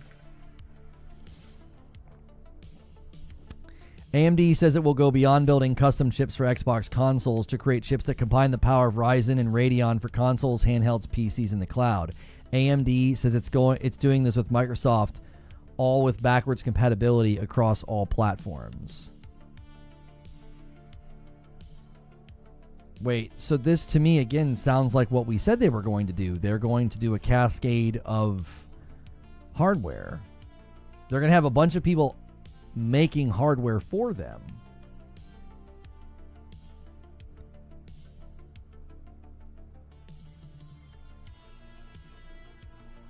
Shaw says we need 4 more likes. Yeah, man, the likes have just been like squeezing blood from a stone today, dude. They just won't move. You're going to go back and do side quests in Expedition 33? This close to Death Stranding 2, no. I think I'm just going to keep grinding Rematch to try to get into level 5 so I could speak about the experience of playing that game in ranked. I think that game's got pretty big potential, and so I want to be slightly informed about the experience and how it plays and runs, since everybody lost their dadgum mind about my Elden Ring Night Rain video, and people keep saying that, like, you shouldn't review a game that you didn't play. It's not a review. It's commentary. Even Detective Seeds had a tweet where he says, he was saying, what did he say? And I don't know if he's talking about me. I have no idea if this is like, maybe people are bringing it to his doorstep. He's like, I'm not sure how anyone feels about this, and maybe I'm being too harsh, but if I click on your video to hear your opinion about a game or product, but you've not actually played the game, I no longer give a crap about the rest of the video. Take the time and effort to play or test something before you make a video about it. I fundamentally disagree with this take. We constantly make videos about games we have not played. We commentate on the lack of features or performance problems or, gameplay debuts or overall reception. We talk about player-based numbers, right? Like, I've made videos about Marvel Tokone and Marvel Rivals. I've not played those games. I probably won't put much time into those games at all, and yet I can commentate on their potential to be massive successes in the live service space. I don't need to play them to commentate on that. I don't need to play Night Rain to commentate on its lack of features in 2025 as a multiplayer game. I don't need to play it to speak to that. I completely disagree with that take. There are so many creators and people out here that commentate on the business side of things, the analytics side of things, the logic of launching something like that. I don't need to play it to speak to it. I don't need to drive a car that doesn't have doors to talk about how I don't want to drive a car without doors. You know what I mean? I fundamentally disagree with this idea that, we can't commentate or make videos about a game unless we've played it. Because then you're just going to get into, you didn't play it enough. You're just trying to gatekeep commentary. It's like, yes, for a review, you got to play the game for a review. It's not a review. It's me saying, look, man, I bought this game and I couldn't even engage with it, with my community, because it doesn't have crossplay. And it's not tuned for solo. And I couldn't even boot up and do a duo with somebody. I had somebody on PlayStation willing to play, and I couldn't play. I'm allowed to make a video about that. I don't need your, number one, I don't need your freaking permission. Number two, I didn't review the game. I spoke about launching a game in 2025 without all of these base level features, and my contention is that if anybody else did this, they would have been eviscerated. It's like, it wasn't about you. I was talking about videos under the guise of review, but you didn't even play the game. Oh, if that's what you were talking about, Seeds, that was totally fair. I don't disagree with that at all. If you're trying to make it seem like you're reviewing a game and you haven't played it, what you're saying is absolutely fair. I have so many people that think my Elden Ring Night Rain video is a review. I'm like, it's not a review. I even give the game credit. I'm like, people are having fun. People are playing. The player numbers are high. I'm just saying another studio would have gotten eviscerated for this. It was commentary on the feature set of the game, and it's seemingly being ill-prepared for release. You know what I mean? I was like, So when I saw your tweet, I was like, I don't know if he's talking about me, because I'm getting shredded in the comments on my video, and I keep going to people. I'm like, they're like, how can you review a game without playing it? I'm like, this isn't a review. Like, I don't even posture it or title it as a review. It doesn't even open like a review. It's like, it's an opinion piece. Like, Rematch, the soccer game, is well aware that the lack of crossplay is a problem, and they've spoken to it. They are testing it and getting it ready. They ran into some snafus, and they couldn't have it at launch. So instead of having it in there and running poorly, they said it's coming. So even they know launching a multiplayer game right now without crossplay is a bit of a big deal. It's like, what are you doing? And they have spoken to it. Not a word from FromSoft. I would just text you. Yeah, I saw it and I was just like, if you're talking about what I did, I don't agree at all. If you're talking about reviews, then you are 100% correct. I don't know how many videos I've seen of people reviewing a game they haven't played. Most of the time, when I do a review roundup, it's pretty obvious that people have rolled credits on the game that they're reviewing. But I mean, maybe not. I mean, maybe I've been tricked sometimes by people. I don't know.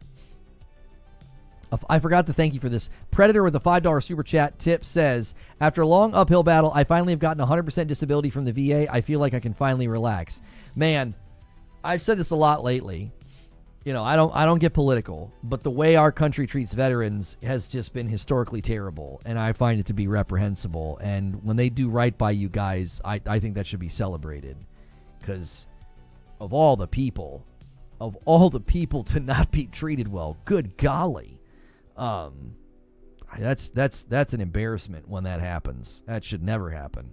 So I'm glad you got that. I've been around guys that have fought for that. 90% of people who talked about Concord didn't play it. Where was this mentality? Well, and again, that's where I would say I think there is room for commentary on games that you haven't played. You can from a distance. I didn't play Marathon. Look how much content I made about Marathon. I was like, nobody wants this. It isn't built in a way that's compelling. It looks derivative. It looks boring. And then I can commentate on the lack of interest. I can commentate on the player numbers. I can commentate on the streamer numbers. I can commentate on the fact that, like, I think this is going to get delayed. And I never spent a minute. I didn't spend a minute of my day ever in Marathon. There are many that pose it as a review, and then you get into the video and then not even play the game. Or you look and they played like an hour. Yeah, I mean, if they posture it as first impressions, I'm fine with that. If they say, yeah, these are my first impressions, or review in progress. But if they posture like it's a full review and they haven't rolled credits, I did that once and people did not like it. I put 9 hours into a game, I called it a review, and people got really angry. And I was like, all right, well, we'll call it first impressions from here on out. Or we'll call it, like a 5-hour review or something like that. So it's truth in advertising. We did that once and people were like, you should not have done that. And I was like, okay.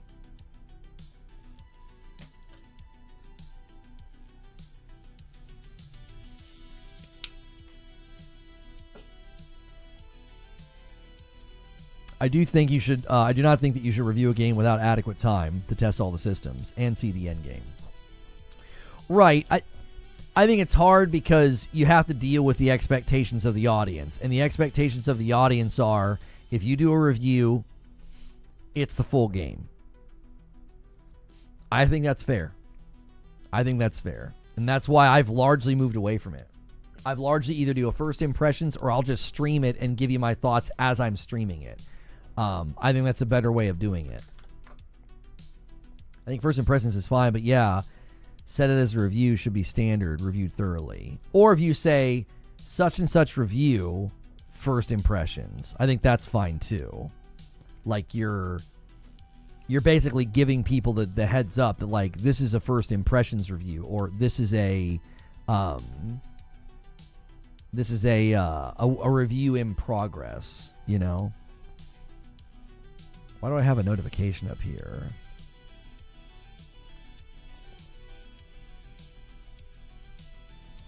Oh, it's telling me people may be using your content. Anytime we do showcases, it triggers the copyright menu, and I just archive them all. I don't think I've ever had anybody just straight up re-upload my videos on YouTube. I mean, homie does it on Twitter all dadgum day, but people don't tend to do it on people don't tend to do that on YouTube.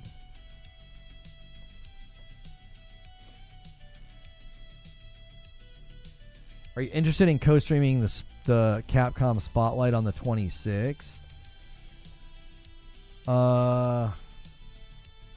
What time is that? What time's 11 p.m. BST?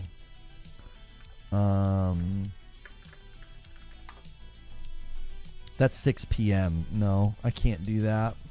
Capcom events are always late in the day for me, and I just can't justify it. I disrupt my whole day. All right, we're past the 1:30 mark. That's fine. We're not going to extend. I'm going to schedule green room.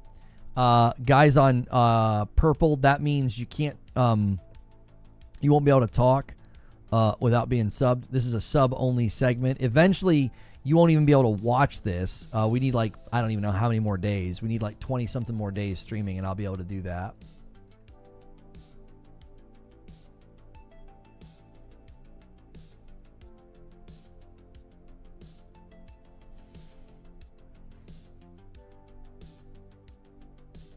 How far is it from it's turn-based? I'm not going to play it. Some people hear one type or feature, genre mechanic. You don't need to play to know things. Yeah, I mean, I think generally knowing yourself as a gamer is actually incredibly important. I think a lot of people get frustrated because they try to play a game they have no business playing. What's on the docket for tomorrow? We're going to figure that out. I'm setting up green room right now. And it's like, you know, they try to like bend the game to their will. And it's like, that's something I just don't do anymore. Like if I'm not vibing with the game, or if a game is not in my wheelhouse, I just skip it. I'm like, I'm good. Expedition 33 and Returnal are obviously exceptions to this. You know, because they're I did not like rogues, and now I love rogues. And I've never been big on turn-based, but I always knew the first time I saw Expedition 33. You know what I mean? This guy replied to me, "You're just another woke content creator that throws morals and the right thing to do out the window in favor of clicks, views, monetization, and good grades with game developers. You're pathetic." See, these guys just live in a dream world. They live in a delusional dream world that you think I'm woke. Living in a dream world, Neo. The irony is they all think they've been like woken up, and it's like, you're asleep, brother. Thank you so much for being a Member Plus or a VIP. We've bounced back a little bit. We have like 556 people at Member Plus or VIP. We want to get that back up to 600. I'll even do another celebration with y'all if we get that back up to 600, because I know a lot of you did move to Twitch. So it still would be a milestone for us, for you to get that back up to 600. So I'm going to end the previous stream about Borderlands and bring folks over with Redirect. Redirect looks like it's going to be smoother because it's the new menu. I think that's the